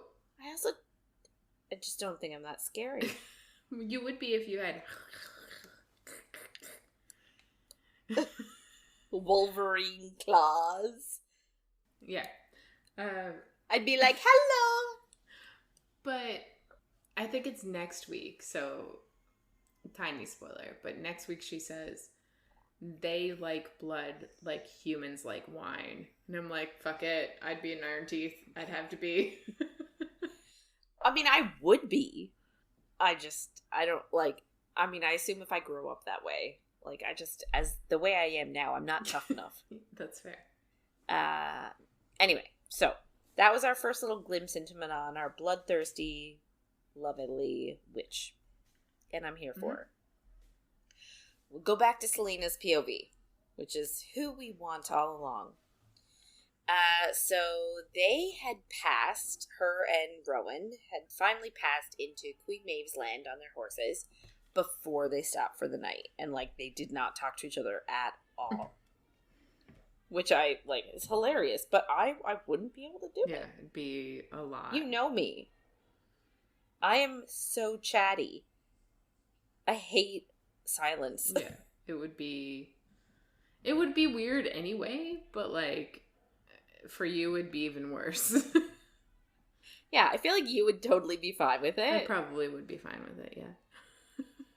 Because out of the two of us, I'm the talk. Yeah, I love it. Anyway, so like they finally settle down to camp, but like he's not planning on starting a fire because he doesn't want to risk it. I guess they're, in dangerous woods, so he doesn't want to attract anything.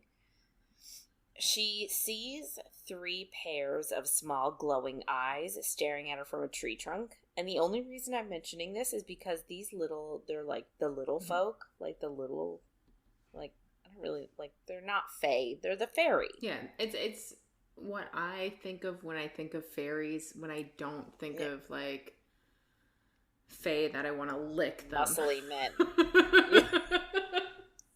Yes, hot muscled men are fae. Fairy are the little folk, right? The little, because where we live have a bunch of fairy lore and legend, so this is the same thing. It's what we think of. So, like, I guess because she is, like, a descendant of, so, like, Celaena/Aelin is actually a descendant of both, of 2 fae lines, I guess. So I guess the fairy, like, the little folk sort of, like, idolize her? Yeah. Because they have always recognized her, and whenever she's camped out, like, even in the first book, even in Adarlan, like, they are still present, they just hide. So, like, whenever she's anywhere, they leave her little gifts at her campsites and stuff. So, like, she's sort of staring at them and wondering if they know about the wars that destroyed Terrasen, like, or what happened to the little folk in Terrasen. And she sort of says out loud to Rowan that they're still alive. And then all of the eyes, like, disappear. Because I feel like a lot of people dismiss them and don't really even think about them. Even the fae, like, they're just like... Well, the way that the fae look at humans, I can only imagine how they look at the little folk, so... Yeah. So, anyway, so she's being followed by the little folk, and that will continue way up through. Back to, now we're in Dorian's point of view. So he's having breakfast with his father, and his father tells him he needs to entertain Adian for the day. And he sort of asks his father, like, he's sort of a little bit presumptuous and asks his father, like, why bother keeping Adian at all? Like, why did you not just kill him? And why make him a general? Like, he's your enemy, like, he's a prince of Terrasen. Like, why did he keep him? And his father said that Adian is useful because he keeps the Terrasen people in line. And Adian knows that the people would be absolutely slaughtered if they tried to rise up. So Adian has actually done really well preventing a bunch of rebellions. I feel like this is something Chaol needs to hear. Yeah. And sometimes they're kind of like the same person, Dorian and Chaol. You're like, one of them thought it, so the other one is now asking it. Yeah. But yeah. And it's kind of the question that we had the first time we read. Absolutely. Like, why would you not just kill him? But like, a part of me is also like, why does he even care if people get slaughtered? Why does it matter to him? I guess you need people to pay the taxes. I guess. So, Adian and Dorian go for a walk in the gardens, but, like, they don't really talk, and, like, they don't really do anything. Yeah. It's just a Adian plot to get him back to. Yes, 100%. So, Adian trips, quote unquote, Dorian over a rose bush, and, like, Dorian catches himself. And then, of course, his hands get all scraped up because of the thorns. The thorns. Such thorns. Yeah. So, like, Adian just, like, pieces out then. He's like, thanks for the walk, and then leaves. So it's like, I thought you were supposed to, like... spend the day together? I don't know. Yeah, like, I thought you were supposed to, like, entertain him for the day, not for, like, a 20-minute walk in the gardens. Yeah. But anyway. So now his hands are all torn up from the thorns on the roses. So, he goes to the healers. Yeah. So he goes to take care of his hand, and he said that he thinks that his father, that the healing arts is actually the one thing that his father has not banned. But they had to use what nature gave them, because obviously there's no magic. Mm-hmm. So, like, you can still practice the healing arts, but if you had healing magic, that is obviously gone. Mm-hmm. And he finds a pretty woman in the room. Her name is Sorsha, and she is a healer. So she tends to his hand, and she mentions that she is actually the one that has healed all of them. Every time they've had, like, a scuffle, an injury in the last few months, she's been the one healing. And I'm like, how do you not recognize when it's the same person over and over again? Yeah. 100%. Don't understand. I'm just, like, flummoxed. I am flummoxed. Maybe if you're a prince. Maybe. But he thinks that she's pretty, so you think he would have noticed. It's yes. Distress of injury.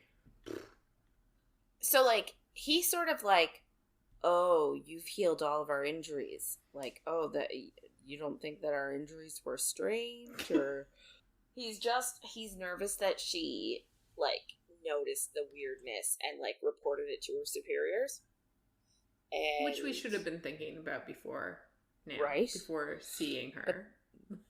Yeah, but everyone was like, let's go fight this badass, huge, like, and creature dog thing, and, oh, let's all get patched up. No one cares. Yeah. Let's not worry about it in the moment. Let's worry about it later. Yeah. But anyway, he's like, oh, you guys must write all of this down. And she's like, oh, yes, we definitely write everything down, but sometimes we forget. Like, insinuating that, like, you know, she's been keeping shit hush-hush for him. Now we're in Sorsha's point of view. So, like, she's taking care of his injuries, I say in quotation marks, because he, like, scratched his hand on a rose bush. So, like, she knows that he doesn't need all the salves and the bandages that, like, she's actually using on him, but she wants to keep him down in her, like, little domain for as long as possible, to which I say, wait. Yeah. And, like, she said that she was she noticed the whole dynamic of, like, Dorian, Chaol's, and Celaena's relationship. Like, she noticed when Celaena and Dorian had eyes for each other, and then she noticed as Celaena's slowly, like, moved away from Dorian and towards Chaol. But she said that she was actually really jealous when she was with, like, I say with in quotation marks, because, like, her and Dorian never really got together into much. But, like, she was still jealous when they did have their little moment. And she also knows who Celaena really is. Well, as like, Celaena. She knows that she's the... Yes. Like, as in... Yeah, sorry, I need to clarify, because who she really is like 5 different people. Lillian. So, like... She knows who Lillian really is. Well, that's the thing. So, in book 1 and 2, her alternate ego is Lillian, and that's who that assassin is. That's who the king's champion is this, like, noble-born lady named Lillian. But actually, she's Aderlin's assassin, taken from Endovier. So, Sorsha knows that she's really Aderlin's assassin from Endovier. She does not know that she is actually Aelin Ashriver Galathinius. I just love saying her whole name. Yeah, fair. Just wait. I just really It's like Dumbledore. Yeah. Oh, yes. There's many names. Albus, Percival, Wilfred, Wulfric, Brian, Dumbledore. I know I'm missing. It sounded right to me. At least a couple. I'm fine with it. Anyway, she admits that she loves him to herself, not to him. Because that'd be hella creepy. Great. Can you imagine? Please do. Like, I love you. I know. Yeah. Anyway, back to Celaena's point of view. So apparently she had a terrible night's sleep. Obviously, they were sleeping in the woods on the ground, no blankets, no fire. I would also have a terrible night. I'd be like, oh, we need to spoon. Keep me warm or I will die. Yeah. But Rowan would be like, bitch, get away from me. Well, and that's basically what he says to her at all times. Yeah. Yes. Anyway, so she has a terrible night's sleep, but they keep going through Wendelin, and they camp the next night the exact same way. They barely talk to each other. And finally they reach like a fortress, and it's guarded by these magic wards, these huge stones, at the front of it, like, have this huge, like, I'm gonna think of it as like a big magic dome over it. I like it. Sounds right. Yeah, and it's like protects it. And there are soldiers stationed at the front as well. But like, Aelin knew that this obviously was not the capital of Dornell. So like, this is one thing I wondered. So Dornell is the capital in which Maeve rules the Fae. Mm-hmm.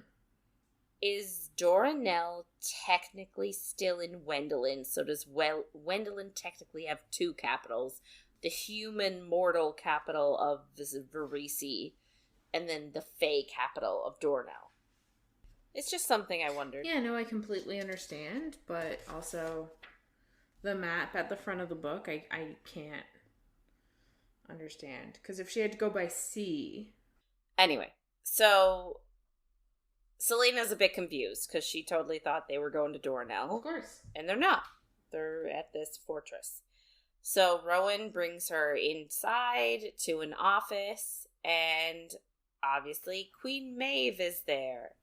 And she's obviously Queen Maeve of the Fae, and her first words to Celaena are, "Hello, Aelin Galathinius." Interesting. Yes.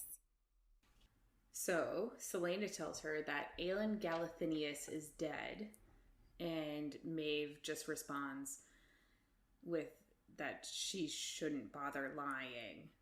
But in Celaena's head, she's like, it's the truth.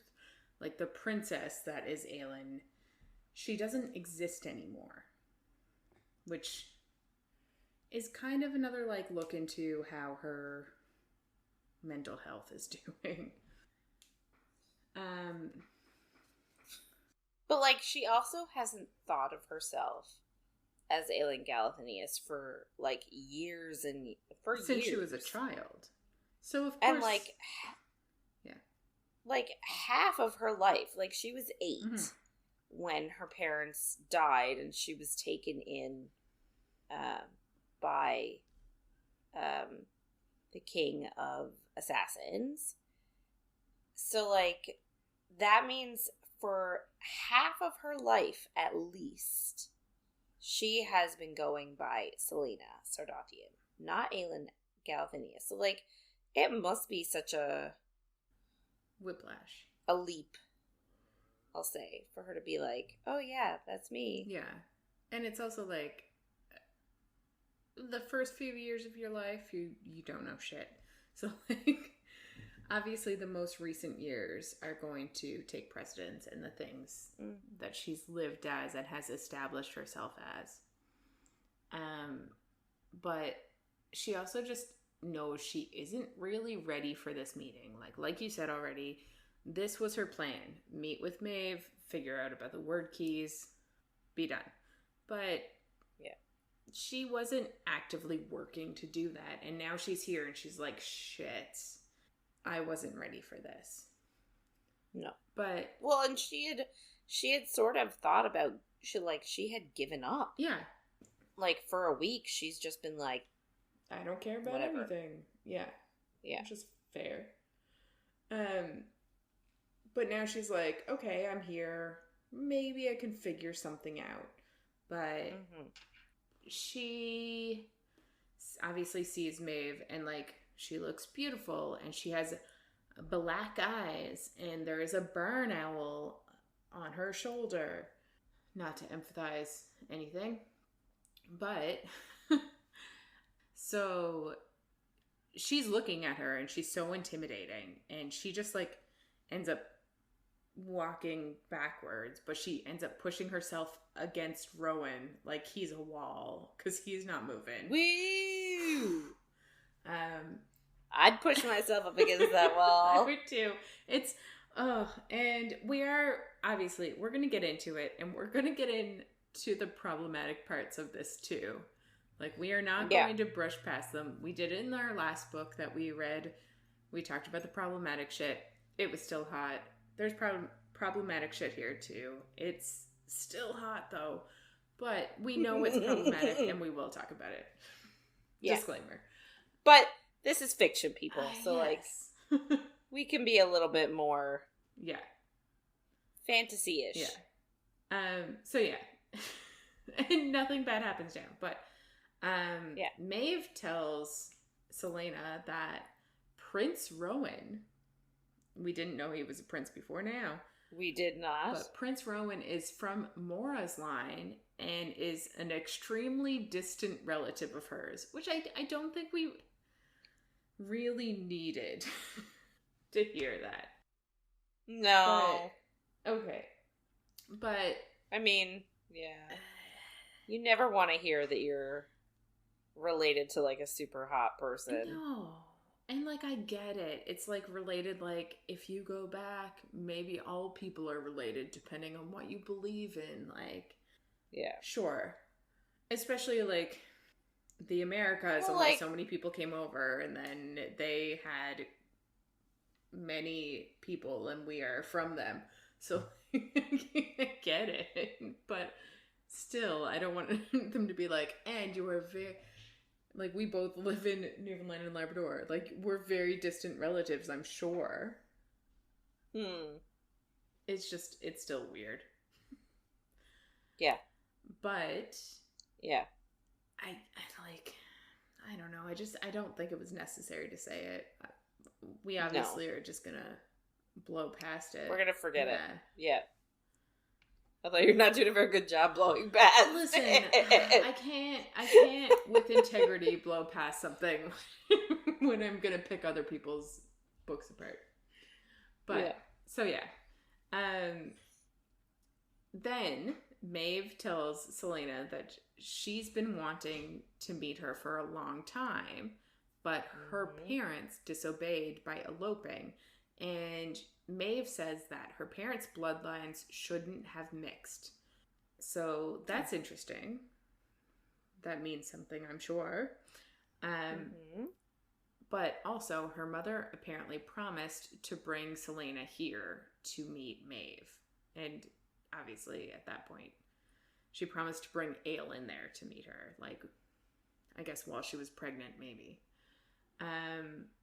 We kind of like are in Celaena's head a bit as well, and she's thinking of Maeve's other form, and apparently no one's ever seen her other form. It's just shadows and claws and darkness, which is interesting.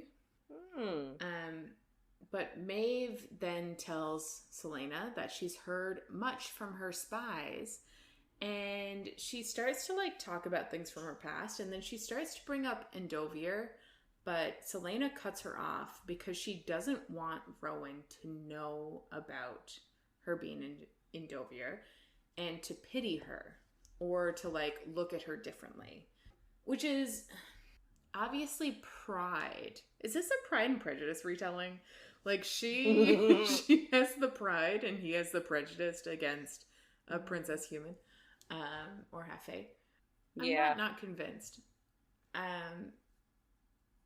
Maeve then asks her about her other talents, but she says that she can't use them on her continent, obviously, because there's no magic. But then Maeve asks her to show her. But she, like, Celaena's just standing there and she just wants to run away from her. Like, she is afraid, which rightfully so. It's one of the main magical people in this world. Maeve pushes into her mind and tells her she only wants her to submit to her power, not to stifle it like her mother did, which is interesting. Also, like, why would you say that about someone's mom? Like, that's a bit of a low blow. Yeah, especially, yeah. Like, she died when she was 8. Like, leave her alone. Like, and she's real shitty about her mother, and I get it. They have beef and stuff, but it's like, ooh. Yeah. But Celaena asks where Maeve was 10 years ago, and she says that she doesn't like being lied to. So basically, she's saying that she didn't assist in the war against the King of Ardalan because Aelin, Celaena's mother, lied, saying that she would bring her back to see Maeve, and didn't, because Maeve doesn't leave her continent. So essentially, if Aelin's mother brought her to see Maeve, maybe she would have helped in that conflict, which is like such a shitty thing to say, but an even shittier thing to be real. Like, it's not good. But then Maeve kind of cuts in and says, like, she knows that Celaena has questions about the keys and she'll answer them in Dornell, but Celaena isn't welcome in Dornell until she can prove herself first. So she needs to stay here in Mistward to train. And Rowan, obviously, is going to train her, and he'll decide when she's ready and when she's able to use her powers. And she kind of realizes, like, this could actually take years, which is wild. Yeah. I think she said that, like, some people, like, never... Yeah. Like, are never worthy to enter Dornell. Yeah, and we get that in this week, too. It's, like, not a great situation to be in, but... No. Especially since, like, again, remember that she still has the requirement of killing Wendellin's royal family, and she's on a time crunch. Yeah. Celaena knows, obviously, that, like, you need to plan your bargains well, which we'll think back to Akatar for this, but yeah. Maeve does promise to tell her everything, and she, like, looks at Celaena and tells her that she knows she won't break her promises either, and she looks towards her palm. So she literally, she knows everything. She knows about her promise to Nehemia. She literally knows everything. It's how? I mean, we don't know, but... She's the queen of the Fae, man. Yeah, she knows a lot. So Maeve tells her she wants her to train to become who she was born to be, the queen. So that is obviously not something that Celaena wants to do, but she's not about to argue again. So she just leaves with Rowan, and they go to her room, and she's thinking about it, and she says she'll train so that she can get the answers to stop the king, but she's not going to become the queen because, like, that's not something that she wants. She can also tell that Rowan is annoyed at her, so she kind of picks at him, and both of them just know how to get under each other's skin so well. So anytime that they talk to each other, it's not nice. A shit show. It's a fucking shit show. Yeah. So he calls her Aelin, and she doesn't like that. And then she tells him that Fae like him make her understand the King of Ardalan, like, better in his crusade against Fae and magic. So it's not great. But then he just punches her right in the face, which is also not great. But, like, oh, God. I know. I understand the justification, but is it not the same justification we could have made last book about the situation they were in being icky? Who are we talking about now? Castile and Poppy. Like, when he... Oh, yeah. When he went down on her and there was not 100% consent. Yeah, so it was like animalistic instincts on their part because they're not human. Well, he's not human. Yes. She is part human. Or we don't actually know what the fuck she is. True story. But that's what we're assuming at that point. But in this situation, it's kind of the same where he's obviously fae, more animal than human in many ways, is how they portray it. Like, possessive, blah, blah, blah, all that shit. And she is mostly human. For the last 8-9 years, she's just been human because she hasn't had a choice. So, like, it's similar, but it's also, like, looking back at the trauma that she's gone through, like, she's already... This is nothing for her, which is even sadder. Well, so, again, like, obviously, do I think that men should be allowed to hit women? No, I don't. Obviously, I'm not okay with physical abuse in any way, shape, or form. Or women. I also don't think women should be allowed to hit men. Yeah. However, I feel like in this instance, it wasn't you're a woman, so I'm going to punch you. It was you're being a dick, so I'm going to punch you. Like, I don't think gender had anything to do with it. Yes. It's just... Like... It did kind of... Like, it kind of escalates a bit. So he punches her in the face, and then he goes to punch her again, but he stops himself, and she tells him to do it, but he won't because he knows that's, like, what she wants. What she wants. Yeah, she wants to punish herself. Yeah. So then he tells her to try to land a blow, but he moves too fast and, like, sweeps her legs out. So, like, he still, like, gets her down. Like, not in a... I don't mean that at all in a sexual way, but in a, like, submissive way. Yeah. I don't know. There's, like... It's not great. But I guess, like, I don't know. Like, I didn't take it in that sort of a way. Like, I don't know. Like, we read books all the time where, like, good dudes get in fights and punch each other and whatever. And it's like, do I think that, like, physical abuse is okay? No, I don't. But, like, if we were reading this and it was Rowan and, like, another dude, we wouldn't think twice. The dude said something pricky. Of course Rowan's gonna punch him in the face. Yeah. Right? It's only because it's a dynamic of female to male that we're all like, oh, it's bad. It's also not even just female to male. It's fae to human. Human. Which is, I think, what makes it kind of worse. Because and I get that's, like, the whole deal. And that's kind of the whole dynamic going forward. But I don't love any of, like, the shit that happens because she's human. Like, and I get that they need to be, it is enemies right now. I understand that. Mm-hmm. Like, that's what we need. We need enemies. But it's just, I don't know. I just am like, that's not great. And, like, when he sweeps her feet, she literally falls face first on the floor. So it's like, it's not, none of it is great.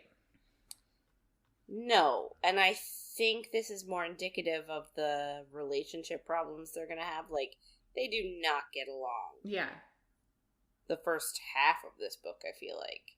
Yeah.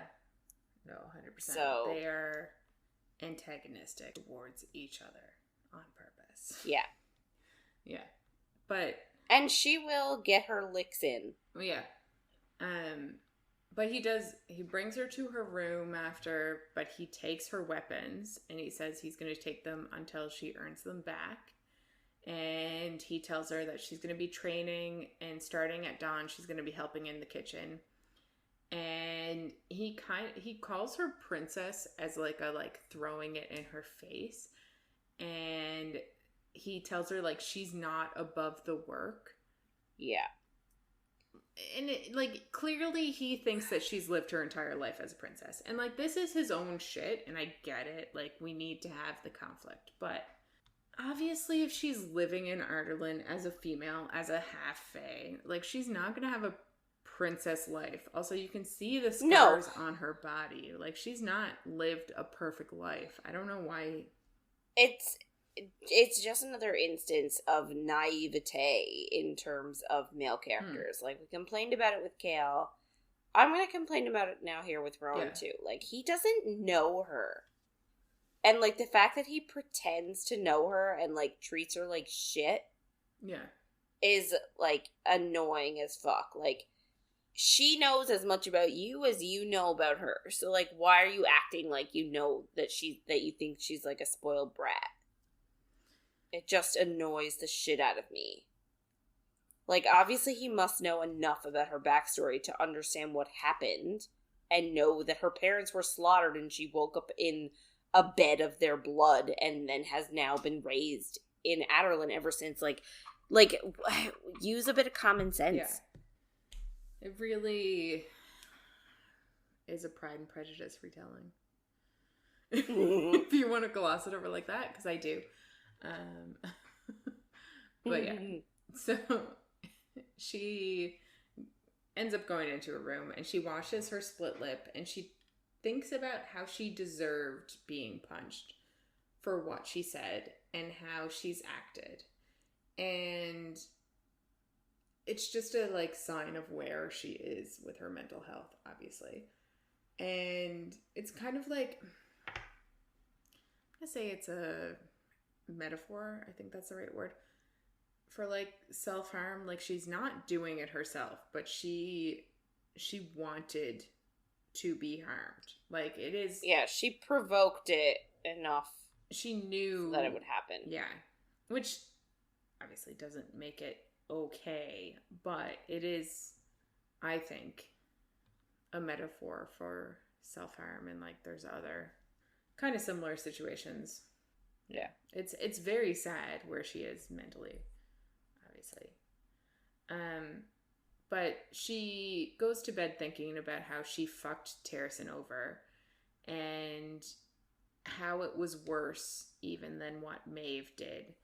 And she kind of just wishes that she was no one. Like, which is interesting, actually, if we want to get into that conversation of like you are in a book, reading a book, you find out someone's a princess and it's like this whole big thing, and then she's actually against the trope of like, she doesn't want to be a princess. Like, that is not, it's interesting to read a book like that because it's not generally what that trope is. No, I like it. You're right. So we go back to Manon's point of view, and she is wishing that she was flying on her ironwood broom. But since magic is gone, she can't do that anymore. So she's recently been summoned by her grandmother, Mother Blackbeak, who is the High Witch of the Blackbeak clan. And she's currently guarding her while she meets with someone who calls themselves a duke from Adarlan. So I'm assuming it's duke parenting. Oh, God, yes. Yeah. Manon's coven, who call themselves the 13, are guarding nearby, and they have a reputation that is like feared far and wide among people, I guess, that know that witches are real. It's like they're kind of a myth. So are they? Like in Assassin's Blade, they sounded like a myth. Maybe it changes later, but anyway, not really important. But yeah, so they're feared among the Ironteeth witches. So like, they're respected among the Ironteeth witches. Love it.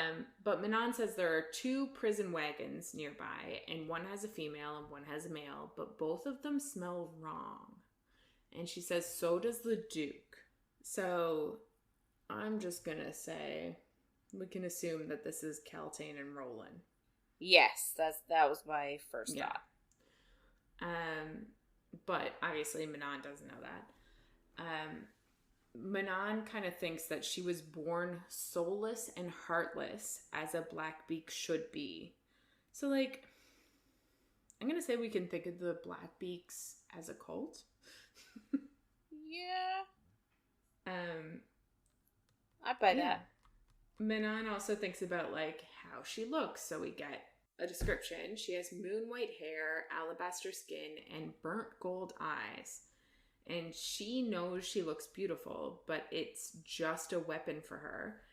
Ever since magic stopped about 10 years ago, all witches have started aging like mortals. So she used to look about 16, and now she looks mid-20s. But she's actually over a century old. Which, like, I'm glad she looks older. Yeah. Finally. Yeah. But also that means, like, her grandmother, who is the matron of the Blackbeak clan, also is starting to look older and is probably many more centuries older than her. Yeah. But yeah. Manon also starts to think about, like, none of the 13 have been able to find any of the Kraken witches lately. And they'll likely be punished for it. And she thinks it'll be like a flogging or broken fingers. But she knows it'll definitely be in public because the humiliation is the real punishment. So... yeah. They're nuts for doing all their punishments in public. yeah, it's a lot. That would get me. She also says that, like, golden eyes are, like, undisputedly the purest of the bloodline of a Blackbeak clan, which is interesting. But Manon has golden eyes, and, like, her grandmother, who is the matron of the Blackbeak clan, has, like, specks of gold in her eyes, but golden eyes is important to the Ironteeth witches. So her mother finishes her conversation with the Duke, and she tells Manon that they're going north, and she needs to send 3 of her 13, one to the east, one to the south, one to the west, to find all of the Blackbeaks that are nearby and tell them to meet in the Ferrying Gap. And if they see any of the other clans around, to tell them to, even though the clans don't really get along, but they're going to for now. Love it. We also get, like, a tiny bit that the old witch kingdom where they used to live was cursed by the last Kraken queen. And they can't go back. So they're fighting for land and to survive now. So, like, I guess that's why they're killing all of them. It doesn't... I think they're thinking, so, like, the land of the witches was cursed. So that you essentially can't live there, or they can't live there. So I think the Ironteeth witches are under the assumption that if they kill the last Kraken, then the curse will be broken, and then they can, like, go back to... that's where they're trying to kill them all, I guess. Yeah. That makes sense. The wastes. Yeah. Manon also thinks about the Ferrying Gap, which is where they're supposed to meet. She thinks about, like, it's a deadly land, and she's only traveled there once, and many of the witches that she was with died. And Manon almost lost her arm to the ice, but her second and third, Asterin, and Sorrel, saved her life. So it's not a great place to go. No. Her grandmother also tells her that Baba Yellowlegs is dead, and no one knows who or why, but they're to meet the king of Otterlin, who has a gift for them. I just always think it's funny when she comes up, because I'm like, we know who killed her, and we know why. Yeah. And, like, she doesn't really play that important of a part, apart from being, like, enough for us to talk about. Manon kind of wonders to her grandmother if, like, this is a trap. Like, is the king trying to kill all of the Ironteeth witches? But her grandmother tells her that the king needs riders for his wyverns. Wyverns? Wyverns? I think it's wyverns. To be his aerial cavalry. And he's been breeding them in the gap, like, all of these years. So he has made all the Ironteeth an offer that if they're going to ride them, they can then, after the war, after he's conquered everything, I guess, they can take them back. And then they can take the land back from the mortals who took it. So it's the Western Wastes. Which, if you've read Assassin's Blade, you may have heard about before. But all Manon can really think about is like the fact that she might soon be able to fly again, which is just a dream to her, basically. Yeah. We go back to Chaol's point of view, and he is passing the Great Hall, and he notices that 2 of his guards are missing. The other guards that are on duty say that they've gone to the general's party, and apparently the general walked by, and he told them that Chaol would be fine with it, so they left with Adian. So Chaol punishes the guards that are on guard still with double duty in the gardens for a month for not reporting it. And then he finds the party, and it's at a tavern, and he finds his guards. They're drinking and playing cards, and he sends them back, but like he doesn't want to make a split-second decision right now about what to do with them. Like he's like, I should fire them, but Adian did lie, so maybe I'll deal with it tomorrow. Which I think is a smart thing to do. Like, you shouldn't make decisions when you're angry. No. Then Chaol searches the party for Adian because he's like, you can't tell my men that, basically. But no one knows where he is, and he's basically just sent on a wild goose chase, like running around, only to realize that Adian is gone. But he does hear that Adian's legion, the Bane, will be here soon, and he's kind of worried about like the shit that they're gonna start pulling when they're here in the parties, and like what his guards are gonna do. And he's worried the king will look at where he disappears to, so he needs to find some leverage on Adian and get him to stop these parties. And I was kind of like, where does Chaol disappear to at this early in the book?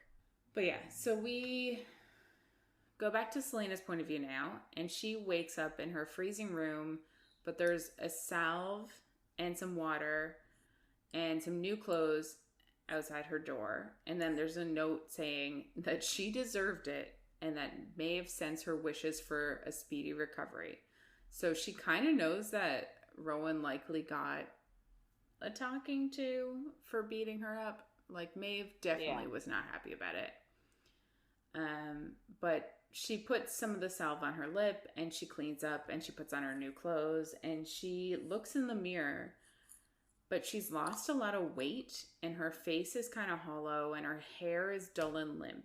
And this is a thing that Sarah J Maas does quite a bit about, like, when her strong female characters lose weight, they're upset about it, I'll say. Like, you know what I mean? Like, it's not, like, they're trying to be strong. Like, they want to have muscle. Like, it's... Right. It's body positive in that, like, it's body positive in general for a lot of sizes. Like, you obviously don't know what size she started at, but, like, you're probably picturing her, I guess, like, as yourself. And then, like, she got too skinny. And then, like, you know... Most books you insert yourself, so yeah. It's just nice how Sarah J Maas often is body positive. Even though it's not like, I don't know, we've talked about it before with Crescent City and stuff. It's not like outwardly if somebody is plus size or not, but like, you know, strength comes from having a body that will work. Yeah, for sure. She looks at her ring from Chaol and wonders what he would think of all of this. And then she kind of thinks of like how he chose the king over her. And by keeping that information, let Nehemia die. And she takes a lot of that blame herself. And like pain rises in her chest and it sharpens until it's hard to breathe. But she's just like, okay, I'm just going to leave. And she goes to the kitchens, basically. Rowan introduces her as the new scullery maid for breakfast shift, and she'll be with him for the rest of the day training after that. But he does let her tell them what her name is. Like, he doesn't introduce her as Aelin Galathynius. And she says that her name is Alentia, which is the name that Nehemia gave her. So one of the men in the kitchen, the older man's name is Emrys, and the younger man's name is Luca. And it kind of like... Emery has like fey pointed ears, and it kind of makes her think like everyone here is likely of fey heritage and likely half-breeds, as Maeve called them, which is interesting because obviously she's not dealt with this in her life before. But Emrys sees her scarred hands and he's surprised. But she says like that's what happens in Otterlin. And she doesn't want to be coddled or pitied, and she just wants to like do hard work so that she can get to sleep. So she's like not really having much of a conversation. Yeah. People come in and out of the kitchen, and she's happy that she doesn't have to talk to them. And they let her eat before she has to do the dishes, and she just like devours everything. Like, she hasn't really eaten well in a while. We've talked about it. She had wine and Tegya, and it wasn't really doing it. Emrys and Luca join her, and they talk amongst themselves, and she thinks of how she's like a shitty person and a murderer, and how like in their trio, their souls are so bright and pure, and hers is just a black flame. And like, it's just a constant thing with her of like, yeah, how shitty she is as a person. Yeah, like she's just constantly feeling unworthy and unloved, and like not like that she doesn't deserve anything good. Yeah. Luca says she must be important or unlucky to be trained by Rowan. And he says that he's been here for years, and he'll be here for more years before he knows if he'll get into Dornell, which is like obviously anxiety inducing for her. Yes. I hate knowing like I hate waiting a week for anything. Yeah, I know. A week. Yeah, exactly. But she asks Emrys, and he says he's been here since he was 15, and he's like an older man now. But he says he's decided he'd rather have a home than live where he'd be looked down on. So I guess the demi-fae that end up in Dornell are still looked down on. So it's not great to be there. But he also says that he has a fae mate. And he says that like mates are unbreakable, or I think she thinks mates are unbreakable bonds deeper than marriage that last beyond death. Which is interesting. That's a title, all right. Yeah. She does mention half-breeds, and Luca tells her that they call themselves demi-fae. And the politically correct term is fair. But he says that they're mostly born to mortal mothers with absent fae fathers. So that's not surprising, and is mostly the case in so many different things. But like the humans aren't comfortable with them because they're half fae, and then the fae don't like them because they're not fae enough. So then like at least here they have in Mistward, they like have a place where they're among people that are similar to them. Luca asks if she can shift, but she kind of deflects and just asks if they can, but they say that they can't. They don't have magic, but Malachi, who is Emrys's mate, can shift, and he has chosen to stay here, even though he could probably go to Dornell. He's decided that he would rather stay here with his mate, which like completely makes sense. They also say that like some people here do have magic, but it's more of the Lucas as boring stuff. There's no shape-shifting, fire, or raw magic. If anyone had anything like that, they would probably be shipped off to Dornell pretty quick. And I think by now we know that Aelin has fire. Celaena, whatever we want to call her. Yeah.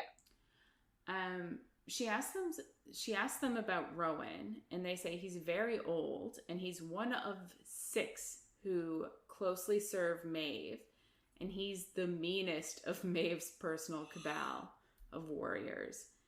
And is he though? I know. I don't think that's like, we know the others. I don't think that's true. I read it and I was like, is this what we're telling people? Because, like, spoiler alert, Lorcan? Is Lorcan not? Yeah. I think Lorcan. Yeah. Okay. But that's what they say. And Lucas says that, like, they're not allowed to learn the old Fae language until they get to Dornell. But he's heard that Rowan's tattoo is a list of everyone he's killed. Also, Lovely. yeah. Also, the old Fae language, do we think it's the same one from the other books? Like when Crescent Maybe. City? Could be. Yeah. Interesting. Luca then asks her if Dornell is worth it, but Emrys tells him to let her run her own course. And she just, like, kind of ignores them and goes to wash the dishes and thinks of how she can't remember what it's like to actually be free. Which is so sad. Yeah.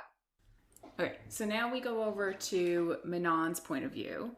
And they are, I guess it's been a few days or something, but they're at the keep, which is near the gap. And it's the first time in 500 years that all the clans are together because they're, like, kind of antagonistic towards each other.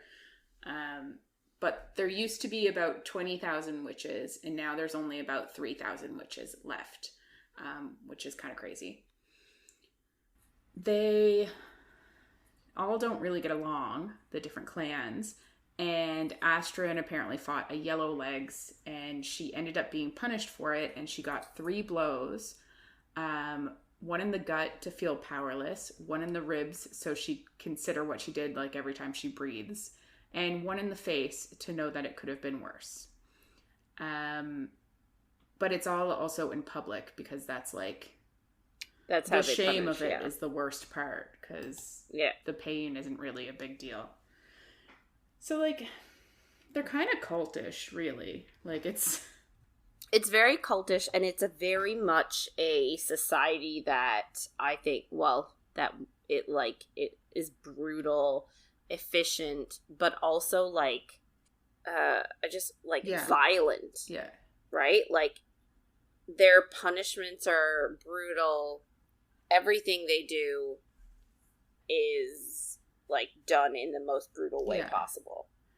Manon also thinks, like, while she's thinking about Astrid's fight, that, like, Astrid isn't her friend because she doesn't have friends. Like, they don't have relationships like that. Astrid's her cousin, and she's her second, and she's had her back for ages. So, like, they have, like, a working relationship. But I guess witches aren't allowed to have friends. The Yellowlegs heir, Iskra, who we'll hear about a lot, only sent her sentinel to the infirmary and didn't punish her. And Manon thinks that that's, like, only inviting more, like, fights between the clans. Oh, you mean, like, from the Yellowlegs? Like, as in, like, the Yellowlegs will not think twice about fighting other people because they're not getting punished for it. They also had, like, what Manon calls a sham ceremony for Baba Yellowlegs, like, because she died. But really, everybody just wants to know who did it and why no one knows anything about it. And she said, like, even her 2 shadows, whose job it is to spy, don't know anything about it. And I kind of love that this is such a mystery, but we already know. It's we know exactly how she it's died. A lot of fun, I think. If you can use the word fun to talk about someone being murdered. You know. Being murdered, yeah. the Blue Bloods, which are the third clan, are like a more reclusive religious clan. So they are devoted to the three-faced goddess, and they're very much... They're not as much warriors, not really, as the other two clans. Like, it seems kind of like the Blackbeak are the warrior clan. And then the Blue Bloods are... They... Scholars, almost. And they, like, think that they're closer to the goddesses. Like, three-faced goddess. Which is basically their higher power. I think they even say, like, the Blue Bloods matron wears a barbed crown, and, like, all of the Ironteeth witches, it's said that they have iron in their teeth and their claws, because to, like, ground them and to keep them from, like, I don't know, being pulled to other worlds because of magic. But then the Blue Bloods matron wears this extra crown because the extra weight and the pain grounds her, because the Blue Bloods need to be grounded more than any of the other witches. It's like the legend, I guess, behind it. So they're more what we'll call religious than the other two. They also seem less inclined to violence. Yes. Yeah. But, like, also they're still looked down on by the other two for that. Like, they're not as, like... Bloodthirsty, and, like, they're not as, like, ready to just slit each other's throats for the fun of it. Like, they seem a little bit more reasonable, I'll say. It's kind of interesting, because, like, the way in Manon's head is, like, that is their job, is to be, like, the scholars and the religious and all that stuff. And the Blackbeak clan are the fighters. But I don't know what the Yellow Legs are, other than also fighters, I guess. But, like, there's no separation of, like, them having other fortes. Like, I don't think we really get into it, but I guess we'll see. So Manon and the leaders of all of the other witch clans. So Manon has her 13, and it seems like most of the clans are 13 witches, which makes sense, 13. So each group of 13 has a leader. So they have all been called to meet in the atrium. And on Manon's way, she thinks that, like, the walls are made of a stone that smells wrong. And it reminds her of the prisoners that were in the wagons. And she thinks it doesn't belong in this world, which is interesting. Yes. We can already sort of see where this is going. So the three matrons are there, and they are all wearing their iron teeth and nails on display, and they do that at all times. Like, Manon and her 13, like, they'll put them out, pull them back, but if you're a matron, you always have them out. There are about 50 coven leaders that have gone to meet there, and 20 of them are Blackbeaks. So there are a lot of Blackbeak covens, I guess. And if they're all 13 each, then there's more Blackbeak than likely the other two, because there's only 30 covens left. But Manon and the 13 are, like, the head of all of the Blackbeak clans. So she's already got... They're the best of the best. So she's already better than 20 out of... Well, I guess if she's in the 20. She's already better than 19 out of the 50 covens right off the bat. Yeah. They all walk across, like, a large black bridge to get to a cavern, and on the other side, they all, like, of the cavern, they all, like, arrange themselves in similar ways. So, like, the matrons are first, and then their heirs are behind them watching their back, and then it's their seconds behind them. So, like, even though none of these clans really get along, they're all very similar in their discipline and the way that they look out for each other, for their matriarchs, I guess. Yeah. For their leaders. So they get to the other side, and there's a man there. And he tells them about the wyverns. And he says, like, the bulls are the best, but females can be twice as smart. And like smaller wyverns are good for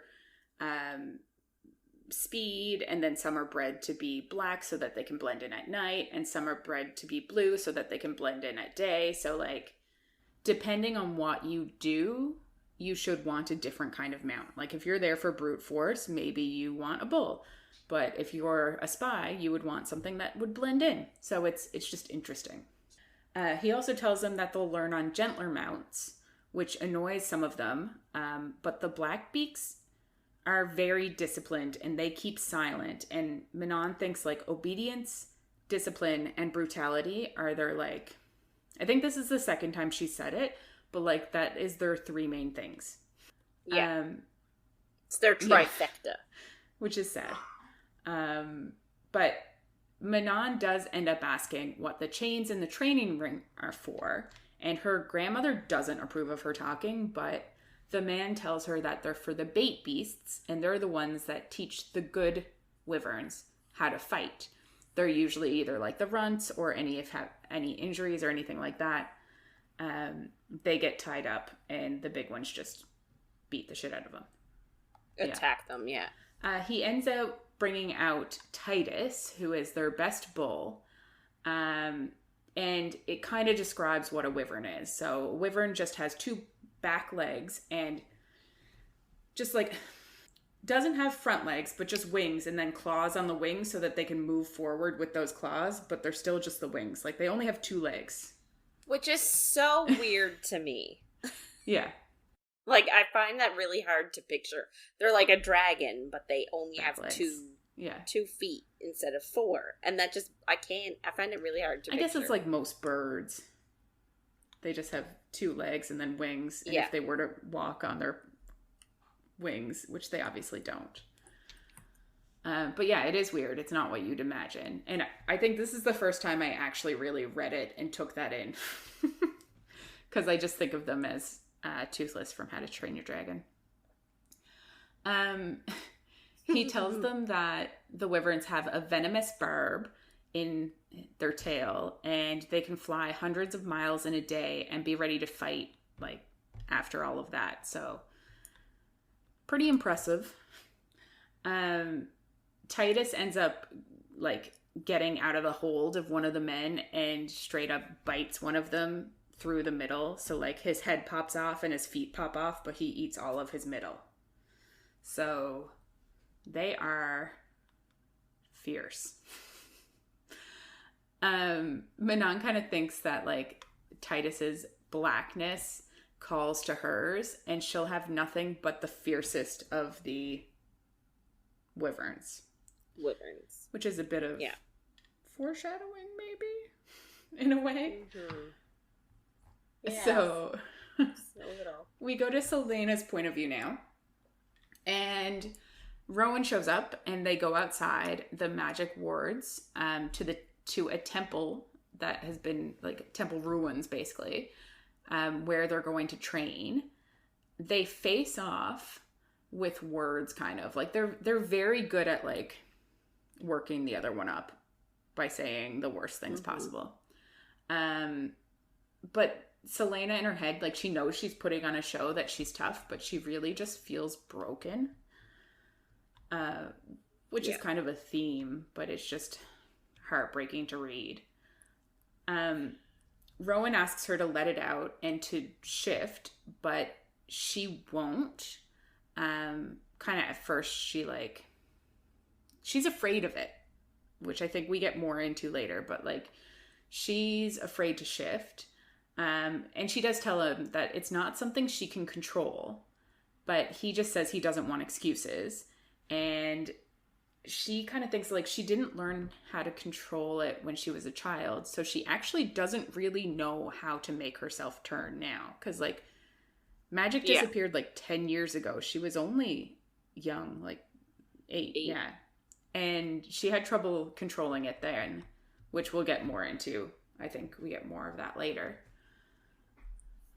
Rowan attacks her, and she ends up dodging the first 2 blows, which is impressive because he's very fast. But not the third one, and he sweeps her feet, and I think she, like, smashes her face on the ground. Then he straddles her, and she just can't do anything. And she's also obviously not been eating well, and she's been drinking a lot and hasn't been training. So she's not really in the best of places. He's clearly trying to like piss her off or scare her into shifting, but she just laughs. And she offers him gold to pretend that they did train and bring her to Maeve so she can get her answers and then that she can leave. But he obviously isn't going to do that. That would be a pretty silly way to do the book. Like she obviously needs to learn this. But he tells her she has no control or discipline and that she's a spoiled child that's been going around calling herself an assassin and that she's nothing but a coward. Yeah. See, like, this is what happens when you fling accusations at people without knowing anything about them. Like, we know she is not a spoiled child at all, and that she has had to endure so many hardships. And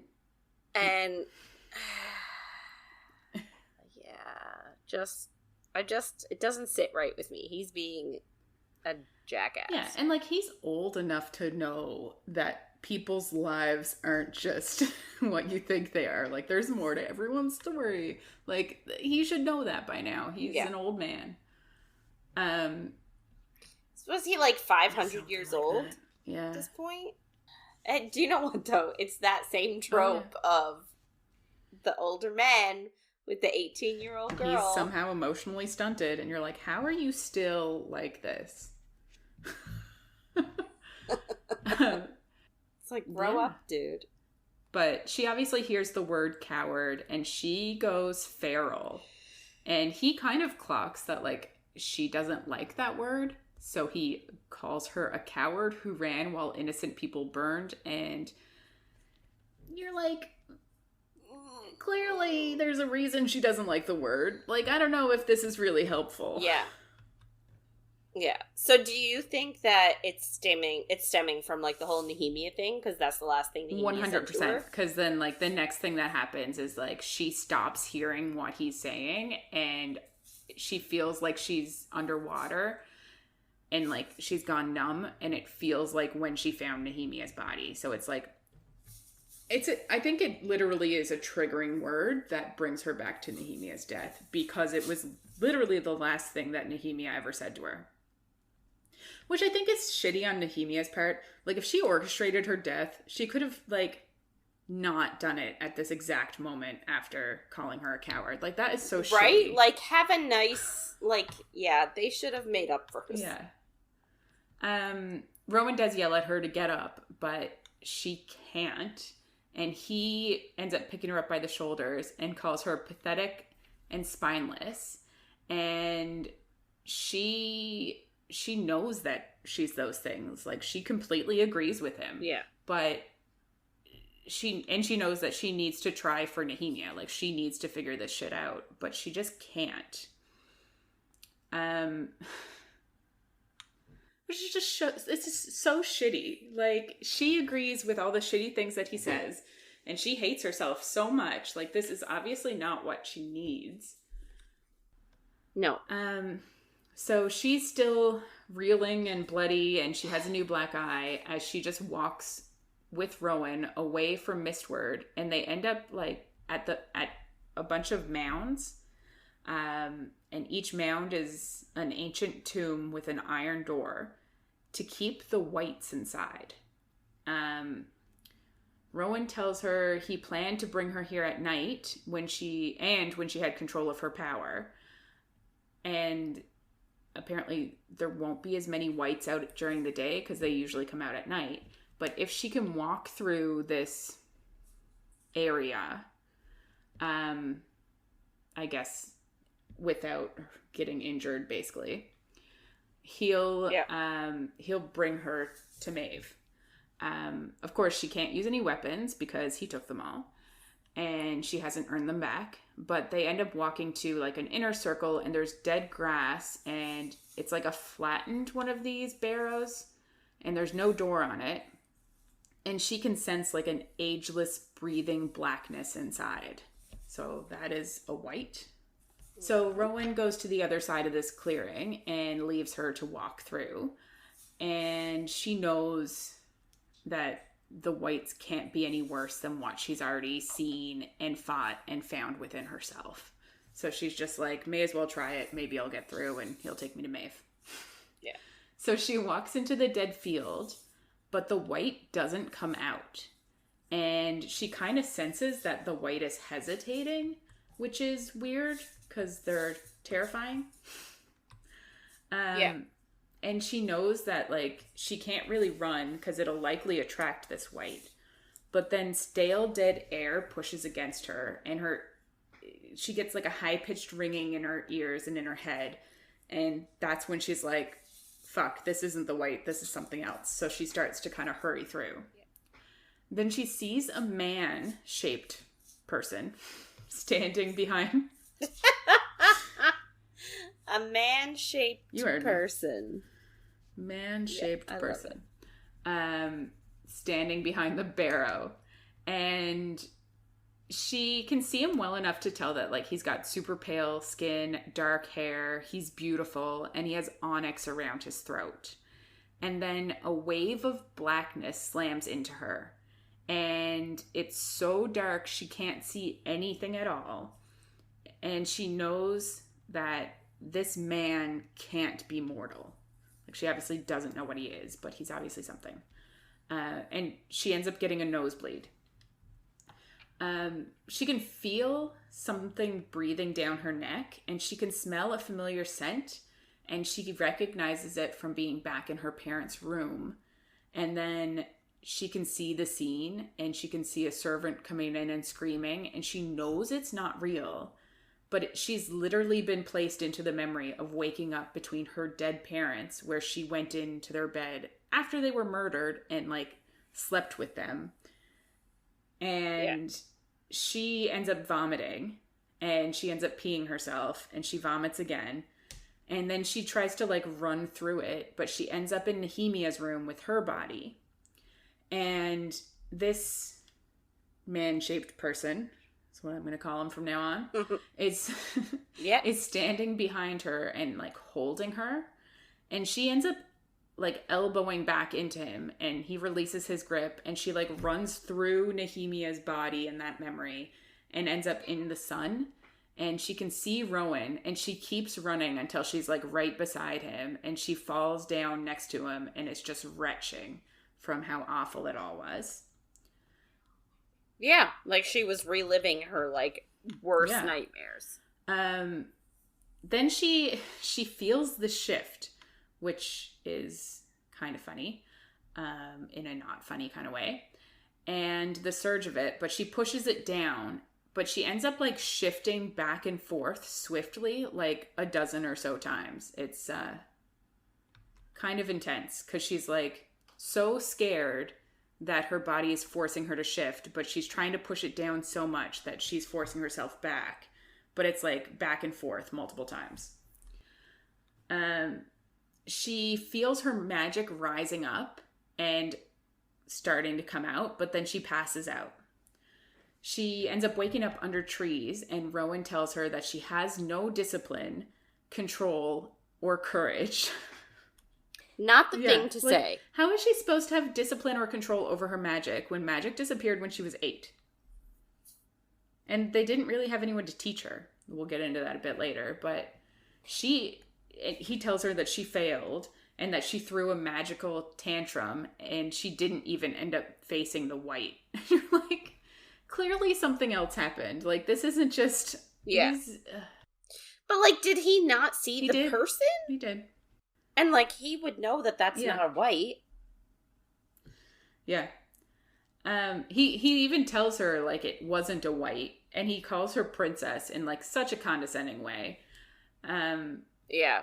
And he looks at her then, and she feels like he says that the man-shaped person shouldn't have been there. And she silently says back to him, "What the hell was it?" And calls him a stupid bastard, of course.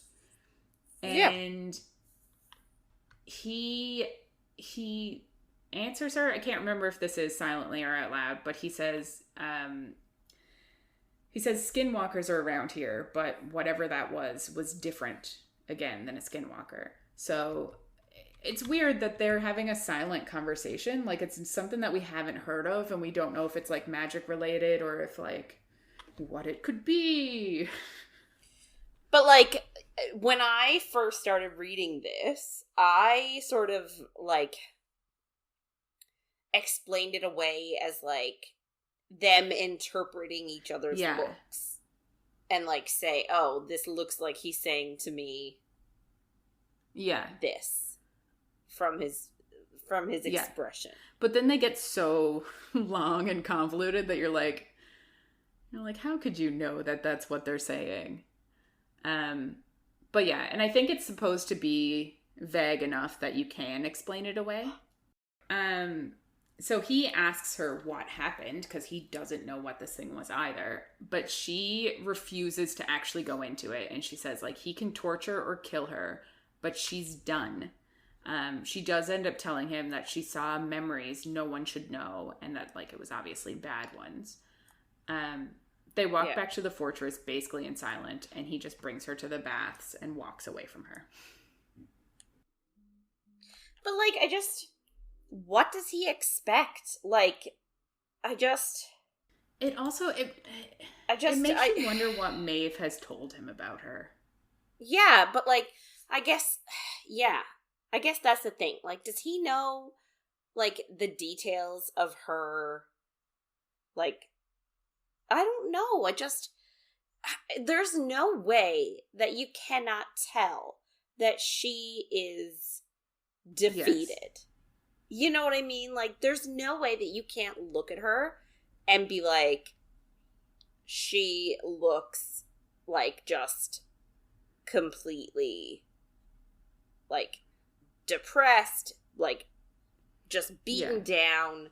Like, he saw her, he was trailing her in, like, in Varese or wherever, that capital city. Like, I just feel like he's going about it the wrong way. 100%. And, like, I don't know if that's just an aspect of his character, because he is also equally, like, going through his own shit and, like, can't see hers. I guess. I don't know, like, and maybe it's a Fae thing. Maybe it's the fact that he's a hundreds-of-year-old warrior. He just doesn't care. That's kind of what it seems like. He just doesn't give a fuck. But, like, where's your basic common, like, empathy? Maybe he lost it. It just, like, you see how completely broken this person is. Like, you would think that you would be like, maybe I should, like, not push them past their breaking point. But, like, we don't get a whole lot into it until a bit later. But, like, it seems like he doesn't talk to anybody.